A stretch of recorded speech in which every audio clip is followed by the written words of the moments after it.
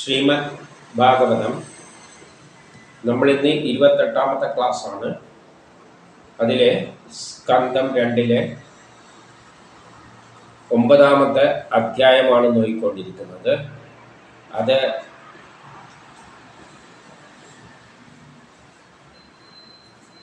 ഭഗവാൻ ബ്രഹ്മാവിനെ ചതുശ്ലോകി ഭാഗവതം ഉപദേശിക്കുന്നതാണ്.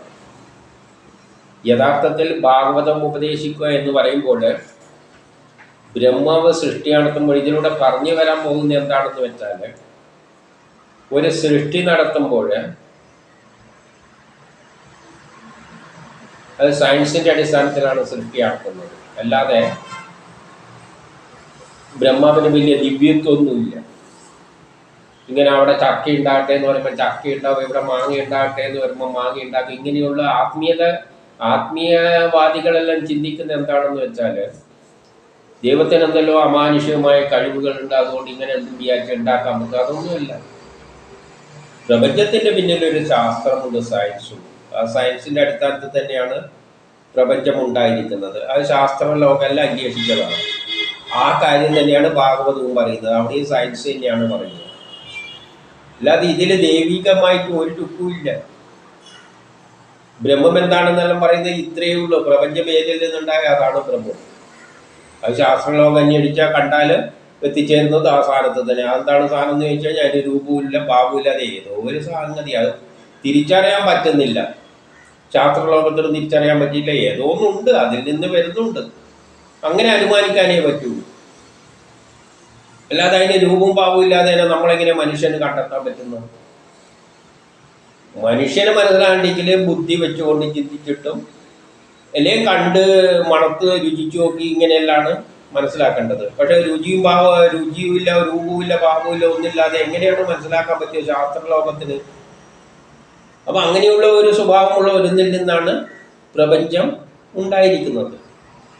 അതേ വേദം പറയുന്നുള്ളൂ. അതൊരു സയൻസ് പ്രതിഭാസം തന്നെയാണ്. അതിന് രൂപവും ഭാവവും ഇല്ലാതെ ആയിപ്പോയാവുകൊണ്ട് നമുക്ക് അളക്കാനും പറ്റുന്നില്ല, അല്ലെങ്കിൽ കാണാനും പറ്റുന്നില്ല. കാണണ്ടെങ്കിൽ അതിന് രൂപവും ഭാവവും ഇല്ല, വേണ്ടേ? അപ്പൊ രൂപവും ഭാവം ഇല്ലാതെ ഇല്ലേ എന്ന് ചോദിച്ചു കഴിഞ്ഞാൽ എന്തെല്ലാം ഉണ്ട്. നമ്മൾ ഈ പ്രേമം എന്നെല്ലാം പറയുന്ന വികാരത്തിന് രൂപവും ഭാവവും ഉണ്ട്. അതെങ്ങനെയാണ് നമ്മൾ കാണാൻ പോകുന്നത്?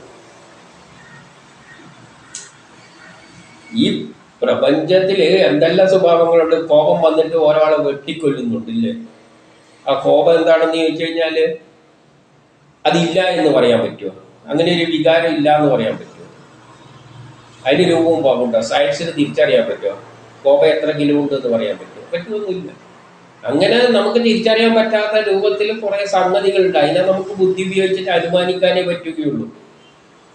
അതുകൊണ്ട് അത് സയൻസിന്റെ പരിധിയിലല്ല എന്ന് പറഞ്ഞുകൂടാ. അതിന് പാരാസയൻസ് എന്ന് വേറൊരു പേരും കൊടുത്തിട്ട് അവർ പറഞ്ഞിരിക്കുന്നു. ഈ സയൻസ് ഒന്ന് മാറ്റിയിട്ട് അതിനൊരു വേറെ പേര് കൊടുത്തു, പാരാസയൻസ്. അത്ര മാത്രമേ ഉള്ളൂ. അല്ലാതെ സയൻസ് അല്ലാതെ അതൊരു സയൻസ് തന്നെയാണ്. പക്ഷെ അതിന് രൂപവും ഭാവവും ഇല്ലാതുകൊണ്ട് നമ്മൾക്ക് അതിനെ നമ്മുടെ പഞ്ചേന്ദ്രിയങ്ങളെ കൊണ്ട് മനസ്സിലാക്കാൻ പറ്റുന്നില്ല. അത്ര മാത്രമേ പറയാൻ പറ്റുള്ളൂ, അല്ലാതെ വേറൊന്നുമില്ല. അതിന് ശേഷം ഉണ്ടായിരിക്കുന്നത് ഊർജം തൊട്ട് പിന്നെ ഇങ്ങോട്ട് ഉണ്ടാക്കുന്ന എല്ലാം നമുക്ക് മനസ്സിലാകുന്നതാണ്. അത് ശുദ്ധമായ സയൻസാണ്.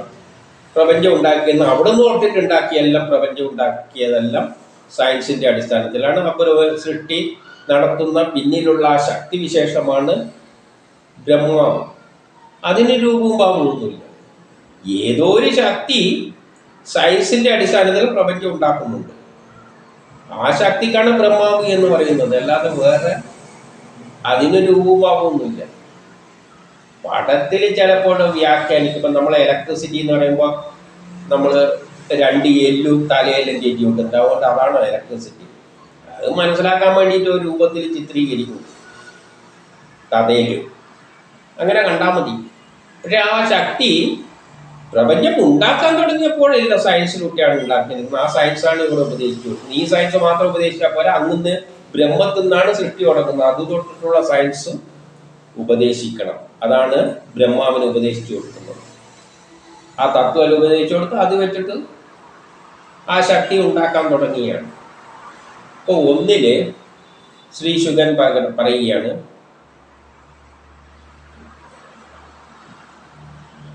ശ്രീഹരിയുടെ മായ എന്നല്ലാതെ ആ നിർഗുണനും അനുഭവമാത്ര സ്വരൂപനുമായ ജീവന്, നമ്മളെ ജീവാത്മാവ്, നമ്മളെ ഉള്ളില് സൃഷ്ടിക്ക് പിന്നിൽ പ്രവർത്തിക്കുന്ന ശക്തിക്ക് അത് നിർഗുണനാണ്, അതിന് ഒരു ഗുണവുമില്ല. അപ്പം നമ്മളെ ഉള്ളില് നമ്മളെ പ്രേരിപ്പിക്കുന്ന, നമ്മളെ നിയന്ത്രിക്കുന്ന അല്ലെങ്കിൽ ഒരു ശക്തി വിശേഷമുണ്ട്. അത് നിർഗുണനാണ്, ആത്മാവിന് നിർഗുണനാണ്. അതിന് ഒരു മായ എന്നല്ലാതെ അതൊരു മായയിലൂടെയാണ് സൃഷ്ടി നടത്തിയിരിക്കുന്നത്. എന്നിട്ടോ അതിൻ്റെ പ്രത്യേക അനുഭവം മാത്ര സ്വരൂപനാണ്. അനുഭവത്തിലൂടെ മാത്രമേ നമുക്കതിനെ മനസ്സിലാക്കാൻ പറ്റുള്ളൂ. അനുഭവത്തിലൂടെ മനസ്സിലാക്കണം. ഇപ്പൊ ആപ്പിള് ഭൂമിയിലേക്ക് വരുന്നതെന്നുള്ളത്, ഭൂമി ആകർഷിക്കുന്നതെന്നുള്ളത് കണ്ടുപിടിച്ച എങ്ങനെയാണ്? ഒരു മാങ്ങ താഴത്തേക്ക് അല്ല ആപ്പിള് താഴത്തേക്ക് വീഴുന്ന കണ്ടപ്പോൾ ഭൂമി ആകർഷിക്കുന്നുണ്ടെന്ന് അനുമാനിച്ചു. ബുദ്ധിയിലൂടെ ചിന്തിച്ചിട്ട് ആ ഭൂമി ആകർഷിക്കുന്നുണ്ട്, അങ്ങനെ മനസ്സിലാക്കി. അങ്ങനെ ഇങ്ങനത്തെ കാര്യങ്ങളെല്ലാം അനുഭവമാത്ര സ്വരൂപനുമായ ജീവന്. അപ്പം ജീവൻ എന്ന് പറയുന്നത് അങ്ങനെയുള്ള അനുഭവത്തിലൂടെയെല്ലാം നമ്മൾ കുറച്ച് ബുദ്ധിയെല്ലാം ഉപയോഗിച്ചിട്ട് മനസ്സിലാക്കാൻ ശ്രമിക്കണം. അല്ലാതെ അന്ന് കണ്ടിട്ടും അന്ന് സയൻസിലൂടെ അങ്ങനെ കാണാൻ പറ്റുന്ന സാധനമൊന്നുമല്ല. അപ്പോൾ അങ്ങനെയൊന്നുണ്ട്. അത് സ്വപ്നത്തിൽ സത്യമല്ലാത്തതുപോലെ, നമ്മൾ സ്വപ്നത്തിൽ ഒരു സ്വപ്നം കാണുമ്പോൾ നമ്മളത് സത്യമല്ല എന്ന് നമുക്കറിയാം, അത് സ്വപ്നമാണ്. അതേപോലെ തന്നെ ദൃശ്യമായ ശരീര വിഷയങ്ങളോട് അതിനൊരു ബന്ധവുമില്ല. നമ്മൾ ഈ ആത്മാവ് എന്ന് പറയുന്ന സാധനത്തിന് നമ്മൾ ഈ കാട്ടിക്കൂട്ടുന്ന ശരീരം കൊണ്ട് കാട്ടിക്കൂട്ടുന്ന സംഭവവികാസങ്ങളുമായിട്ട് അതിനൊരു ബന്ധവുമില്ല. സ്വപ്നത്തിൽ കാണുന്നത് പോലെ, സ്വപ്നത്തിൽ കാണുന്നതിന് ഒരു ബന്ധവുമില്ല. അതുപോലെ നമ്മളിവിടെ എന്തെല്ലോ കാട്ടിക്കൂട്ടുന്നുണ്ട് ഈ ശരീരം കൊണ്ട്. അത് ഈ ആത്മാവാണ് ഉള്ളിൽ നിന്ന് കാട്ടിക്കൂട്ടിക്കുന്നതെങ്കിലും അതിന് ഈ ശരീരമായിട്ട് ഈ കർമ്മങ്ങളുമായിട്ട് ഒരു ബന്ധവുമില്ല.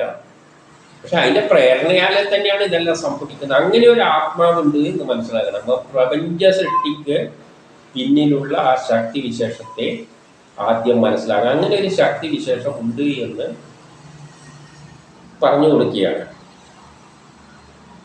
അത് അപ്പോൾ ആ ആത്മാവ് എന്ന് പറയുന്നത്, അല്ലെങ്കിൽ ആ പരംപുരുഷൻ എന്ന് പറയുന്നതിൻ്റെ പിന്നിലുള്ള ആ പ്രേരണ അല്ലെങ്കിൽ പരമാത്മാവ് എന്നത് ഈ സൃഷ്ടിക്കെല്ലാം പിന്നിൽ പ്രേരിപ്പിക്കുന്ന സൃഷ്ടി എല്ലാത്തിനും അടിസ്ഥാനമായിരിക്കുന്ന ആ സംഗതി മായ നിമിത്തം, രണ്ടിലും പറയുകയാണ്, മായ നിമിത്തം അനേക രൂപങ്ങളോടുകൂടിയ നിലയിൽ പരിസ്ഫുരിച്ചു.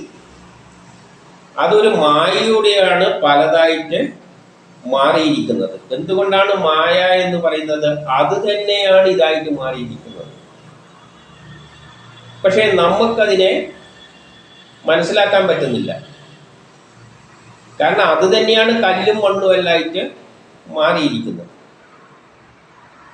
പക്ഷെ കല്ലിനും മണ്ണിനെയെല്ലാം നമുക്ക് പഞ്ചേന്ദ്രിയങ്ങളെ കൊണ്ടെല്ലാം മനസ്സിലാക്കാൻ പറ്റുന്നുണ്ട്. പക്ഷെ ഇങ്ങനെ ഒന്നുമില്ലാതെ ഒരു സംഗതിയാണോ ഇതാകുന്നതെന്നുള്ളത് നമുക്ക് ബുദ്ധിയിലൂടെ അത് മനസ്സിലാക്കാൻ പറ്റുന്നില്ല. അതാണ് ഇതിൻ്റെ പിന്നിലെല്ലാം പ്രവർത്തിക്കുന്നത് എന്നുള്ളത് നമ്മളെ ബുദ്ധിക്ക് അപ്പുറമാണ്. അതുകൊണ്ടാണ് നമ്മളെ ബുദ്ധി ഒരു മായ, ഒരു അജ്ഞാനമാകുന്ന മായ കൊണ്ട് മറച്ചു വെച്ചിരിക്കുന്നുണ്ട്. കാരണം അതിനെ നമുക്ക് മനസ്സിലാക്കാൻ പറ്റില്ല.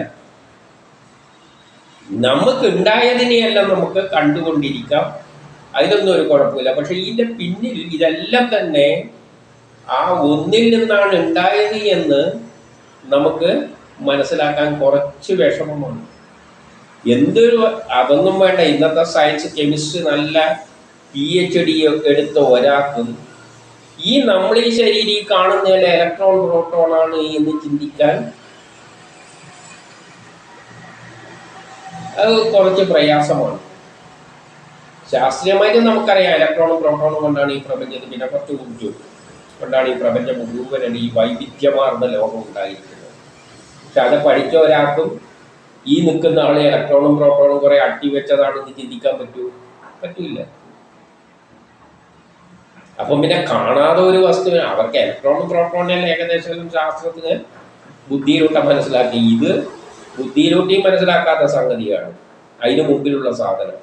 പ്രപഞ്ചഭേദിൽ നിന്നുണ്ടായ ആ സംഗതി, നിർഗുണമായ ആ ബ്രഹ്മം, ഇല്ലേ പരമാത്മാവ് എന്നെല്ലാം പറയുന്ന ആ സംഗതികൾ, അതിനെ മനസ്സിലാക്കാൻ പറ്റില്ല. അതുകൊണ്ട്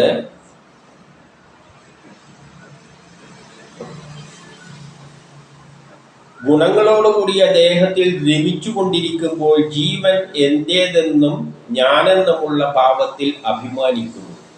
അതെന്ത് ചെയ്യുന്നുണ്ട്? അതാണ് ഈ ശരീരമെല്ലാമായിട്ട് മാറിയിട്ട് പല ഗുണങ്ങളായിട്ട് മാറിയിട്ട്, പല ഗുണങ്ങളായിട്ട് മാറിയെന്ന് പറഞ്ഞാൽ എനിക്കൊരു ഗുണമുണ്ട്, വേറൊരാൾക്കൊരു ഗുണമുണ്ട്. അപ്പം ഞാൻ എൻ്റെ ഉള്ളിലിരുന്നു കൊണ്ട് ഞാൻ എന്ന് ചിന്തിച്ചിട്ട് എനിക്ക് എൻ്റേതായ ഗുണം, അതിന് വേറൊരു ഗുണം. അപ്പം അതിൻ്റെ ഫലമായിട്ട് ചിലപ്പോൾ എനിക്ക് അതിനോട് ഇഷ്ടം തോന്നും, ചിലപ്പം എതിർപ്പ് തോന്നും, ചിലപ്പം അസൂയ തോന്നും. ഇങ്ങനെയെല്ലാം കുറേ ഇൻ്ററാക്ഷൻസ് നടക്കുകയാണ്. പക്ഷേ യഥാർത്ഥത്തിൽ ഇതും അതുമല്ല, എന്ത് തന്നെയാണ്?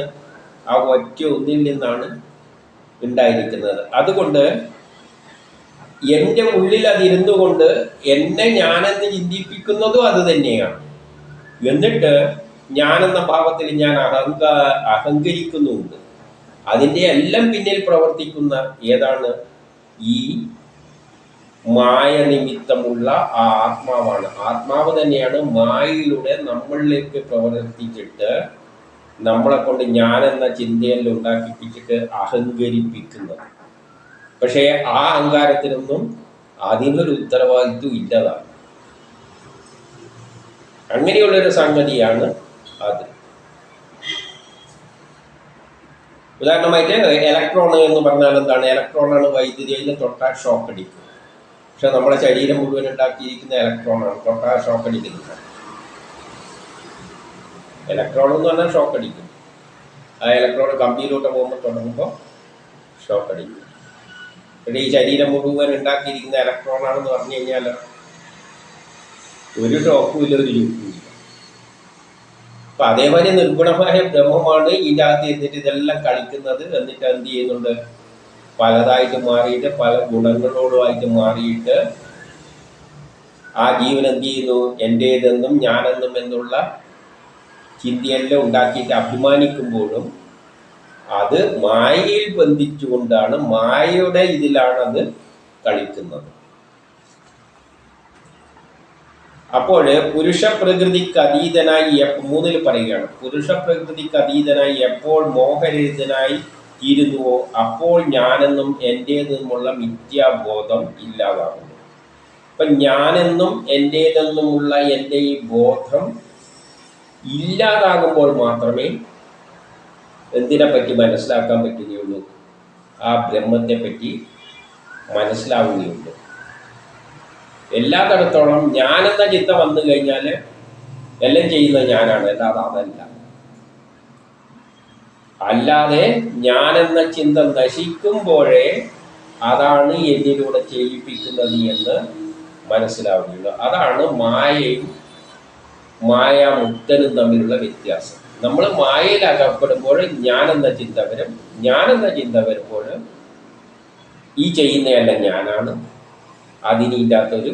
അപ്പോൾ ശരിയായ യുക്തിവാദിയുടെ സ്വഭാവം വരും, നിരീശ്വരവാദിയുടെ സ്വഭാവം വരും.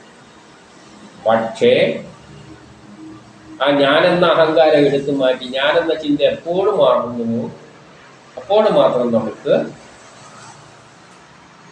അതിനെ മനസ്സിലാക്കാൻ പറ്റും. അതാണ് നമ്മളെ കൊണ്ട് ചെയ്യിപ്പിക്കുക. ഇതാണ് വേദങ്ങളുടെ അടിസ്ഥാന തത്വം. ഇനി 4,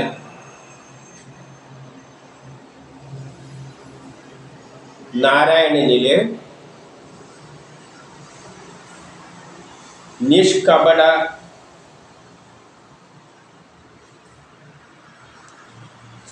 മനോഭാവത്തോടെ, അതായത് ഈ നാരായണനെ, ബ്രഹ്മത്തെ അല്ലെങ്കിൽ നാരായണനെ നിഷ്കപടമായ തപോനിഷ്ഠയോടുകൂടി അതിനെ സേവിച്ചപ്പോൾ ആ നാരായണൻ എന്ത് ചെയ്തു കൊടുത്തു? അതിൻ്റെ സ്വരൂപത്തെ പ്രകടമാക്കിക്കൊണ്ട് ആത്മതത്വം ഉപദേശിച്ചു കൊടുത്തു. ഈ പ്രപഞ്ച ബ്രഹ്മാവിനെ സൃഷ്ടിയാക്കണ്ടെങ്കിൽ പ്രപഞ്ച രഹസ്യം അറിയണമല്ലോ, എങ്കിൽ അത് വെച്ചിട്ടല്ലേ ഉണ്ടാക്കാൻ പറ്റും. അപ്പം അത് ഉപദേശിക്കുക എപ്പോഴാണ് പറ്റിയത്?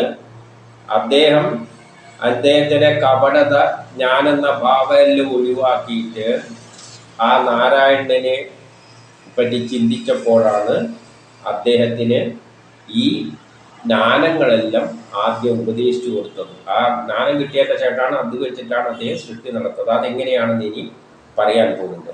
5 ആദിദേവനായ ബ്രഹ്മാവ്. അപ്പൊ ആദ്യം ഉണ്ടായത് ബ്രഹ്മാവാണ്. സ്വസ്ഥാനമായി എവിടെയാണ് ഉണ്ടായിരുന്നത്? ഒരു താമരയിൽ എന്ന് പറഞ്ഞ് താമരയായിട്ട് ചിത്രീകരിച്ചതാണ്. എവിടെയോ ഒരു സ്ഥലത്ത് ഒരു പ്രേരക ശക്തി ഉണ്ടായി. പ്രപഞ്ചം ഉണ്ടാകുന്നതിന് സൃഷ്ടിക്കുന്നതിന്റെ പിന്നിലുള്ള ഒരു ശക്തി ഉണ്ടായി. ആ ശക്തിക്കും രൂപവും ഭാവവും നമുക്ക് പറയാൻ പറ്റില്ല. ഒരു ശക്തി, ഏത് ശക്തി? ബ്രഹ്മം, നിർഗുണമായ ഒന്ന്. സൃഷ്ടി ഉണ്ടാകണമെന്ന് തോന്നിയപ്പോൾ ഒരു പ്രേരക ശക്തി ഉണ്ടായി, അത് നാരായണൻ. ആ നാരായണനിൽ നിന്ന് വേറൊരു പ്രേരക ശക്തി ഉണ്ടായി, സൃഷ്ടി നടത്തുന്ന ഒരു ശക്തി. പിന്നെ ആ ശക്തിയാണ്, അതിനൊന്നും രൂപവും ഭാവമൊന്നുമില്ല. അതാണ് ഇനി സൃഷ്ടി നടത്താൻ പോകുന്നത്. പക്ഷെ സൃഷ്ടി നടത്തുന്ന സയൻസിന്റെ അടിസ്ഥാനത്തിലാണ്. ആ സയൻസ് നാരായണൻ ഉപദേശിച്ചു. അതും ബ്രഹ്മത്തിൽ നിന്ന് തന്നെയാണ് വന്നിരിക്കുന്ന സയൻസ്. അപ്പോൾ അതൊരു താമരയിൽ എന്ന് പറയാൻ കാരണം നേരത്തെ പറഞ്ഞു കഴിഞ്ഞു, എവിടെയോ നിന്ന് വന്നു. താമരേന്റെ തണ്ട് എവിടുന്നോ അല്ലേ ചളിയിൽ നിന്ന് വരുന്നു, അതുമാതിരി വന്നു. അതിലൂടെയാണ് ഇനി വികസിച്ച് വേണ്ടത്. അപ്പൊ അവിടെ നിന്ന് ഒരു എവിടുന്നോ വന്നിട്ട് ഒരു പ്രേരക ശക്തിയായിട്ട് സൃഷ്ടിക്ക് പിന്നിലുള്ള ഒരു പ്രേരക ശക്തി, ഇനി ഞാൻ സൃഷ്ടിച്ച് കളയാം എന്നുള്ള ഒരു പ്രേരക ശക്തി വരുന്നു. താമരയിൽ വന്നിരുന്നിട്ട് അതിന് സൃഷ്ടി നടത്തണമെന്ന് ആഗ്രഹമുണ്ട്. കാരണം അതാണ് ആ പ്രേരക ശക്തിയാണ്. പ്രപഞ്ചം സൃഷ്ടിക്കുന്നതിന് പിന്നിലുള്ള ഒരു പ്രേരക ശക്തി. അതിന് സൃഷ്ടി നടത്തണമെന്ന് ആഗ്രഹമുണ്ട്. സ്വാഭാവികമല്ല, അതിന്റെ ജോലിയല്ലേ അത് സൃഷ്ടി നടത്താൻ. ആഗ്രഹം ഉണ്ടായപ്പോൾ അത് എങ്ങനെയെല്ലാം സൃഷ്ടി നടത്തേണ്ടത് എന്നുള്ളതെല്ലാം വേണ്ടതിനെ പറ്റിയെല്ലാം ഒന്ന് ചിന്തിച്ചു. എങ്ങനെയാണ് ഞാനാണ് സൃഷ്ടി നടത്തേണ്ടത്. പക്ഷെ അദ്ദേഹത്തിനൊരു പിടിയുമില്ല. പക്ഷെ ഉത്തരവാദിത്തം കൊടുത്തിരിക്കുകയാണ് ആ ശക്തിക്ക്, നീ സൃഷ്ടി നടത്തിക്കോ. അപ്പൊ അങ്ങേരി ഇരുന്ന് ആലോചിച്ച് എങ്ങനെയാണ് സൃഷ്ടി നടത്തേണ്ടത്, ഒരു പിടിയും കിട്ടുന്നില്ല. അപ്പൊ എന്ത് പറ്റി? ആ ജ്ഞാനമൊന്നും അദ്ദേഹത്തിന് ലഭിച്ചില്ല. അങ്ങനെ ആകെ പരവശരായി. ഇപ്പൊ നമ്മളെ പിടിച്ചിട്ട് ഇന്നത്തെ ചോറ് ഉണ്ടായിക്കൊള്ളണേ, ഞാനിവിടെ കാണൂല, ചോറ് അല്ലെ ചായ എല്ലാം വേണ്ടി ഉണ്ടായിക്കൊള്ളാം, ബാക്കി ഹോട്ടലിൽ നിന്ന് കഴിക്കാമല്ലോ. ചായ ഉണ്ടാക്കണം എന്ന് പറഞ്ഞു കഴിഞ്ഞാൽ ശരി ഞാൻ ഉണ്ടായിക്കൊള്ളുന്നു. പക്ഷെ ഉണ്ടാക്കാൻ പോകുമ്പോഴാണ് അന്തം കൂടെ, എങ്ങനെ ചായ ഉണ്ടാക്കുക, ഒരു പിടിയില്ല. അപ്പോൾ ഉള്ള അവസ്ഥ നമ്മളൊന്ന് ചിന്തിച്ചാൽ പോരെ. അറിയാതെ ഒരു കാര്യം നമ്മൾ ചെയ്യാൻ വേണ്ടി തുനിയുമ്പോൾ, അതുപോലെ ഇദ്ദേഹത്തിന് ഒരു പിടിയും കിട്ടിയില്ല. അപ്പൊ അങ്ങനെ പിടികിട്ടാതിരിക്കുമ്പോൾ ആറില് ഒന്നും സൃഷ്ടിച്ചിട്ടില്ല. ഒരു ശൂന്യമായ സ്ഥലം, ഒരു തരംഗം, ഇങ്ങനെ കുറച്ച് സൃഷ്ടിക്ക് പിന്നിലുള്ള ശക്തികള്, സൃഷ്ടിസ്ഥിതി സംഹാരം എന്നെല്ലാം പറഞ്ഞ കുറച്ച് ശക്തികൾ മാത്രം അവിടെയുണ്ട്. ഊർജം മാത്രം, പ്രേരക ശക്തികൾ മാത്രം പ്രപഞ്ചത്തിലുണ്ട്. ഇപ്പൊ ബ്രഹ്മാവ് നോക്കിയപ്പോൾ ആദ്യം ഉണ്ടായ ബ്രഹ്മാവാണ്. അപ്പോൾ ബ്രഹ്മാവ് നോക്കുമ്പോൾ ഒന്നും കാണാനില്ല. അപ്പോൾ ഒരു സാഗരം മാറി കിടക്കുകയാണ്.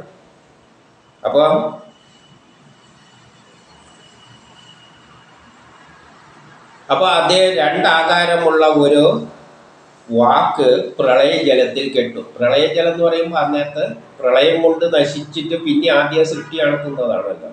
ഒരു പ്രളയം കഴിഞ്ഞിട്ട് എല്ലാം നശിച്ചിട്ട് ശൂന്യമായി. അതാണ് പ്രളയജലം, അല്ലെങ്കിൽ കാരണജലം എന്തോ പറയാം. ആ ശൂന്യമായ സ്ഥലം, അവിടെ നിന്നാണ് 2 ശബ്ദം വരുന്ന കേട്ടു. ഇതെല്ലാം കഥരൂപത്തിൽ പറയുന്നതുകൊണ്ട് ശബ്ദം വരുന്നത്, അല്ലാതെ അവിടെ ശബ്ദമൊന്നും ആരും പറഞ്ഞിട്ടൊന്നുമില്ല. ഇതെല്ലാം കഥയിലാകുമ്പോൾ പൊടിപ്പും തങ്ങലും എല്ലാം വെച്ചിട്ട് പറയണം. ആ അത് 2 ശബ്ദമാണ്. അതിന് ഒരു ആലങ്കാരികമായി പറയുകയാണ്. സ്പർശാക്ഷരത്തിൽ 16-ാമത്തേതാണ് 1, 21-ാമത്തേതാണ് 1.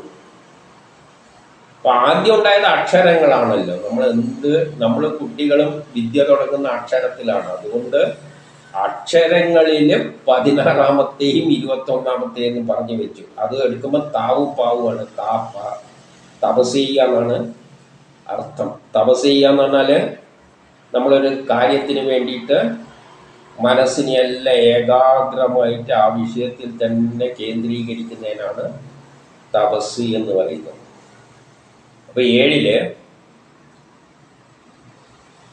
അതേ ശബ്ദം കേട്ടപ്പോൾ ചുറ്റും നോക്കി, ഇത് എവിടെ നിന്നാണ് ഈ ശബ്ദം വരുന്നത്. അദ്ദേഹം നോക്കിയപ്പോൾ ചുറ്റും നോക്കി, ഒന്നും കാണായികയാല് എല്ലാം എണീച്ച താമരയെന്നെല്ലാം ഇറങ്ങി അപ്പുറം ഇപ്പുറം എല്ലാം നോക്കി, ഒന്നും കാണാനില്ല. ഒരു 2 അക്ഷരം വന്നിട്ടുണ്ട്, തപ. പിന്നെ വിചാരിച്ച എനിക്ക് തന്ന നിർദ്ദേശമാണ് ഇത് തപസ് ചെയ്യാൻ. ശരി, എന്നാൽ പിന്നെ തപസ് ചെയ്ത് കളയാം. അങ്ങനെ ആ ശക്തി ഇരുന്ന് തപസ് ചെയ്യാൻ ആരംഭിച്ചു. 10,000 വർഷത്തോളം തപസ് ചെയ്തു എന്നാണ് പറയുന്നത്. പെട്ടെന്നൊന്നും അതായത് കുറേ കാലം കഴിഞ്ഞിട്ട് ഒരു പ്രളയജലത്തിലാണ്. ഒരു പ്രളയം കഴിഞ്ഞാൽ പിന്നെ കുറേ കാലം ബ്രഹ്മാവ് ഉറങ്ങും. ഉറങ്ങിയതിന് ശേഷമാണ് സൃഷ്ടി നടത്തുന്നത്. അപ്പം കുറേ കാലം കഴിഞ്ഞിട്ട് പ്രളയം നടന്നു കഴിഞ്ഞാൽ പിന്നെ അടുത്ത സൃഷ്ടി ബ്രഹ്മാവ് ഉറങ്ങിട്ട് എല്ലാം തയ്യാറായിട്ട് സൃഷ്ടി നടത്താൻ കുറച്ച് കാലം എടുക്കും. അതുകൊണ്ട് 10,000 വർഷം ഇവിടെ പറഞ്ഞേ ഉള്ളൂ. അത്ര കാലത്തോളം അദ്ദേഹം തപസ് അനുഷ്ഠിച്ചു. മനസ്സിനെ തപസ് ചെയ്യാൻ മനസ്സിനെ ഏകാഗ്രമാക്കി ഒരു കാര്യം ചെയ്യാനില്ലല്ലോ.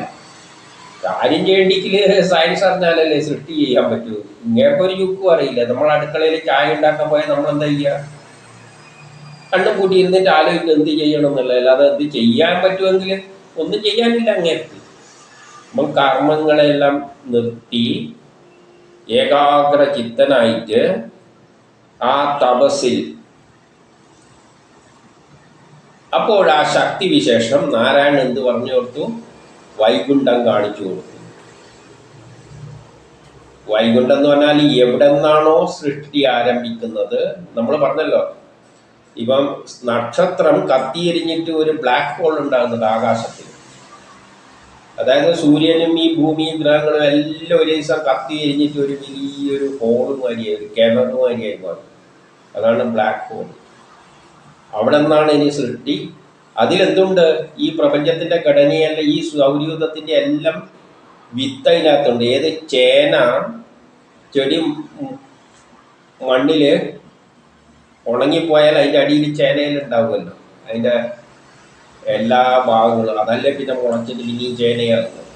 അതുപോലെ പ്രളയമുണ്ടായപ്പോൾ എവിടെയോ ഒരു സ്ഥലത്ത് കേന്ദ്രീകരിച്ചിട്ടുണ്ട്.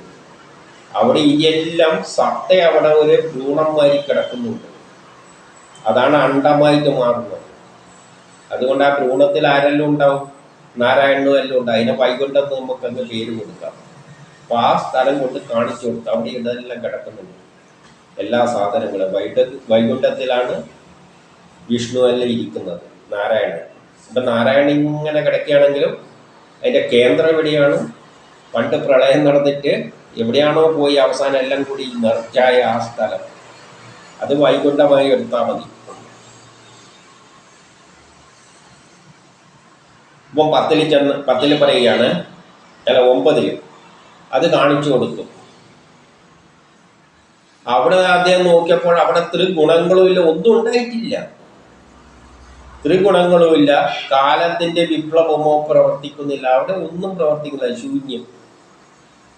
അവിടെ ഗുണങ്ങളൊന്നുമില്ല. അതായത് നക്ഷത്രം കത്തിയെരിഞ്ഞിട്ട്, നമ്മളെ ഈ സൂര്യൻ ഇതെല്ലാം കത്തിയെരിഞ്ഞിട്ട് വരുത്തിയില്ല. അവിടെ പോയി ഈ ചേന ചെടി ഉണങ്ങിയിട്ട് ചേനയിൽ പോയി നിൽക്കും, ഉണങ്ങി അങ്ങ് പോകും. ഇങ്ങനെ കുറേ കാലം കഴിയുമ്പോൾ മഴ പെയ്യുമ്പോൾ ആദ്യം ഒടിച്ചു വരും. അതുപോലെ ഈ സൂര്യനും ഗ്രഹങ്ങളെല്ലാം കത്തി ഒരു കാലം, നമ്മൾ നിൽക്കുന്നതും കത്തി ഒരു ശൂന്യമായി നിൽക്കും. പിന്നെ അവിടെ നിന്ന് മുളച്ചു വരും. ആ തരത്തിൽ സങ്കല്പിച്ചുകൊണ്ട് അപ്പം അതിൻ്റെ അകത്തൊന്നില്ല ഒരു ഗുണങ്ങളും ത്രിഗുണങ്ങളും ഇല്ല. കാലമില്ല, ഒരു യുക്കും അതിൻ്റെ അകത്തില്ല. സമയത്തും വരും, കാലമുണ്ട്. പക്ഷെ അതിൻ്റെ അകത്ത് ഇപ്പം നോക്കിക്കഴിഞ്ഞാൽ ക്ലോക്കും ഇല്ല, കാലവും ഇല്ല, ഒരു യുക്കുമില്ല. അതിൻ്റെ അകത്ത് മായയും ഇല്ല. എന്തൊക്കെ ജീവൻ ഉണ്ടാകുമ്പോഴാണ് മായ വരുന്നത്. മായയും ഇല്ല. അവിടെ ദേവാസുരന്മാരും ശ്രീഹരിയെ സേവിക്കുന്നവരും എല്ലാം ഉണ്ട്. പക്ഷെ ഈ പണ്ട് നശിച്ചെല്ലാം ഇതിൻ്റെ അകത്തുണ്ട്. എല്ലാം പുറത്തു വരാൻ വേണ്ടിയിട്ട് റെഡിയായിരിക്കുകയാണ്. ജനറ്റിക് ഘടന പോലെയാണ്. നമ്മൾ എന്ന് പറയുന്നത് ഇതല്ലല്ലോ, ഒരു ജീനാണല്ലോ. പണ്ട് ഒരു ചെറിയ അണ്ടവും ബീജവും കൂടി ചേർന്നിട്ടുണ്ടായ ഒരു ജനിത ഘടനയുണ്ടല്ലോ, അതല്ലേ നമ്മൾ. അതിൻ്റെ അകത്ത് എന്തുണ്ട്? എൻ്റെ ഈ കണ്ണിൻ്റെ സ്വഭാവം, മുടിയുടെ സ്വഭാവം എല്ലാം ഉണ്ട്. അതാണ് ഇങ്ങനെ പിന്നെ വികസിച്ച് വരുന്നത്. അതുമാതിരി അവിടെ ആരുണ്ട്? ദേവന്മാരും അസുരന്മാരും ബ്രഹ്മാവ് ഈ വിഷ്ണുവിൻ്റെ സേവകരും എല്ലാം അവിടെ ഇഷ്ടംമാരി ഉണ്ട്. അവരുടെ കണ്ണെല്ലാം നല്ല താമര നേത്രം പോലെയാണ് ഉണ്ടാകും. അവിടെയുള്ള എല്ലാം പൂർണ്ണമായ സുന്ദരമായ ആൾക്കാരെല്ലാം അവിടെ ഉണ്ട്. മഞ്ഞപ്പട്ടാണ് ഉടുത്തിരിക്കുന്നത്. നല്ല സുന്ദരന്മാരെല്ലാം അവിടെ ഉണ്ട്. പിന്നെ 11 അവർക്കെല്ലാം 4 കൈകളുണ്ട്. തേജസ്വികളും പൊൻപതക്കം അണിഞ്ഞവരാണ്. കർണവിഭൂഷണങ്ങളെല്ലാം ഉണ്ട്, കുറെ വർണ്ണനയുണ്ട്. അതെല്ലാം കാരണം ഇവിടെ പ്രപഞ്ചത്തിൽ എന്തെല്ലാം ഉണ്ടോ അതെല്ലാം അവിടെ ഉണ്ടായിരുന്നു. ഞാൻ എൻ്റെ എൻ്റെ ഞാൻ ഉണ്ടാകുന്നത് ഏതിൽ നിന്നാണ്? ഒരു ബീജവണ്ണം കൂടി ആ സാധനത്തിൽ നിന്നാണ്, ക്രോമസോം എന്നെല്ലാം പറയുന്ന ആ സാധനത്തിൽ നിന്നാണ്. അതിൻ്റെ അകത്ത് നിന്നുണ്ട് എൻ്റെ എല്ലാ ഗുണങ്ങളും അതിൻ്റെ അകത്തുണ്ട്. അതാണ് പിന്നെ വികസിപ്പിങ്ങനെ വരുന്നത്. അതുപോലെ ഈ പ്രപഞ്ചം മുഴുവൻ കത്തിയെരിഞ്ഞ് പോയ അവിടെ ഈ പ്രപഞ്ചത്തിലെ എല്ലാം എന്തുണ്ട്? കിരീടം എന്നിവയെല്ലാം അണിഞ്ഞിട്ടാണ് അവർ നിൽക്കുന്നത്. അവിടെ ഞാനും എല്ലാം ചിലപ്പം കാണും. ആ കൂട്ടത്തിൽ എവിടെയും കൊണ്ടാ തപ്പി നോക്കിയാൽ ചിലപ്പം കാണും, നമ്മളെയും കാണും. കാരണം ഇതെല്ലാം അവിടെ ഉണ്ട്. ഇനി 12 പറയുന്നു അതിസുന്ദരികളാ, ഭയങ്കര സുന്ദരിമാരും എല്ലാം അവിടെയുണ്ട്, മഹാത്മാക്കളുണ്ട്. അങ്ങനെ എല്ലാം കൊണ്ടും അലങ്കൃതമായ ലോകമാണ് അദ്ദേഹം കണ്ടത് അവിടെ. അതിൽ നിന്നാണ് അതായത് അതിൻ്റെ എല്ലാം ഒരു സത്ത അവിടെയുണ്ട്. അതാണ് ഇങ്ങനെ വരികയും പോവുകയും ചെയ്യുന്നത്. ആ സത്ത അവിടെയുണ്ട്. ഇനി 13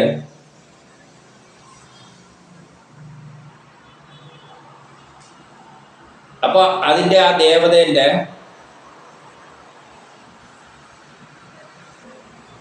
അവിടെ എന്താണ് പറയുന്നതെന്ന് വെച്ചാൽ സർവസമ്പത്തിന്റെയും ദേവതയായ ഭഗവതി അദ്ദേഹത്തിന്റെ പാദങ്ങളില് ബഹുമതി അർപ്പിച്ചുകൊണ്ടിരിക്കുകയാണ്. ആര്? സർവസമ്പത്തിന്റെയും ദേവത. ഇതെല്ലാം അവിടെ ഇരിക്കുകയാണ്.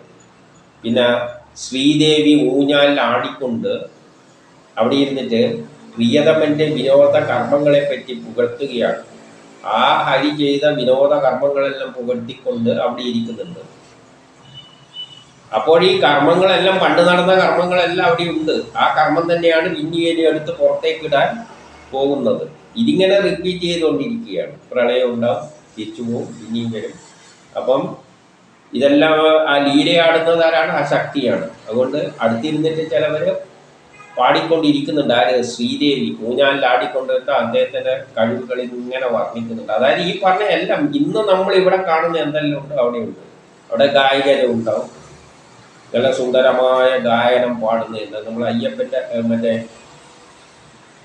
പൂന്താനെല്ലാം അവിടെ ഇരുന്നിട്ട് പൂന്താനത്തിന്റെ ഭാഷയിൽ പാടുന്നുണ്ടാവും. ഒരാൾ നാരായണി അവിടെ ഇരുന്ന് വേറൊരാൾ പാടുന്നുണ്ടാവും. പിന്നെ 14 വാങ്ങി 16 സമസ്ത ഭക്തജനപാലകൻ. അപ്പൊ ആ ശക്തി ആരാണ്? സമസ്ത ഭക്തജന. ഇവിടെ ഏതെല്ലാം ജനങ്ങൾ, ഭക്തജനങ്ങളെയല്ല എല്ലാവരെയും പാലിക്കുന്ന ആ ശക്തിന് പാലകനും. ഭഗവതിയുടെ ഭർത്താവും. എല്ലാം ദ്വയമാണല്ലോ. അപ്പം ഭർത്താവും ഭാര്യ അവിടെയുണ്ട്. നാരായണന്റെ ഭാര്യ അവിടെ, ഭഗവതിയും അവിടെയുണ്ട്. അതേ യജ്ഞ സംരക്ഷകന. എല്ലാ യജ്ഞങ്ങളെയും സംരക്ഷിക്കുന്ന കക്ഷിയാണ്. ലോകത്തിന്റെ നായകനാണ്.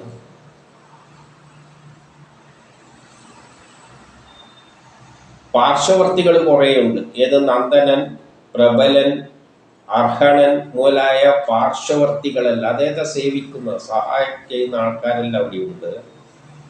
അവരെല്ലാം സേവിക്കപ്പെടുന്നവരായിട്ട് അവിടെ നിൽക്കുന്നുണ്ട്. കാരണം ഇവരെല്ലാം പുറത്തു വന്നിട്ട് കർമ്മം ചെയ്യാൻ തയ്യാറായിട്ട് അവിടെ നിൽക്കുകയാണ്. ഇവരെല്ലാം ഉപയോഗിച്ചിട്ട് ബ്രഹ്മാവ് സൃഷ്ടി നടത്തിയാൽ മതി. ഇനി ഒന്നും കൂടി ഇങ്ങോട്ട് സൃഷ്ടിച്ചെടുത്താൽ മതി.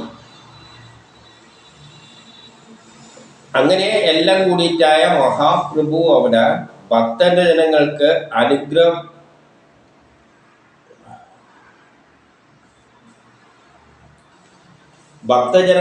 അനുഗ്രഹങ്ങൾ ഏൽക്കുന്നതിന് ഉത്സുകനായിട്ട് ആരുണ്ട്? മഹാപ്രഭു അവിടെ ഇരിക്കുന്നുണ്ട്. അദ്ദേഹത്തെ പറ്റിയുള്ള ഒരു വർണ്ണനയാണ്. മധുപോലെ ആനന്ദം നൽകുന്ന കണ്ണുകൾ, സുന്ദരമായ കണ്ണുകൾ, പുഞ്ചിരിയോടുകൂടിയ മുഖം. ആ പ്രഭുവിന്റെ വർണ്ണനയാണ്. അതായത് നാരായണനോട് ഇരിക്കുകയാണ് ഈ പരിവാര സഹായതെല്ലാം. പിന്നെ കിരീടം ധരിച്ചിട്ടുണ്ട്. കമണ്ഡലം അണിഞ്ഞവനുമായി 4 കൈകളുണ്ട്. മഞ്ഞപ്പട്ടാണ് ഉടുത്തിരിക്കുന്നത്.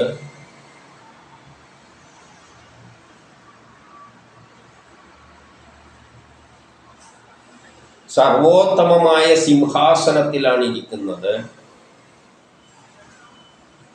ഗുണങ്ങളുടെയെല്ലാം ശക്തി ഉൾക്കൊണ്ടുകൊണ്ട് 4, 16, 5 എന്നീ തത്വങ്ങളും അവിടെ ഉണ്ട്. 4, 16, 5.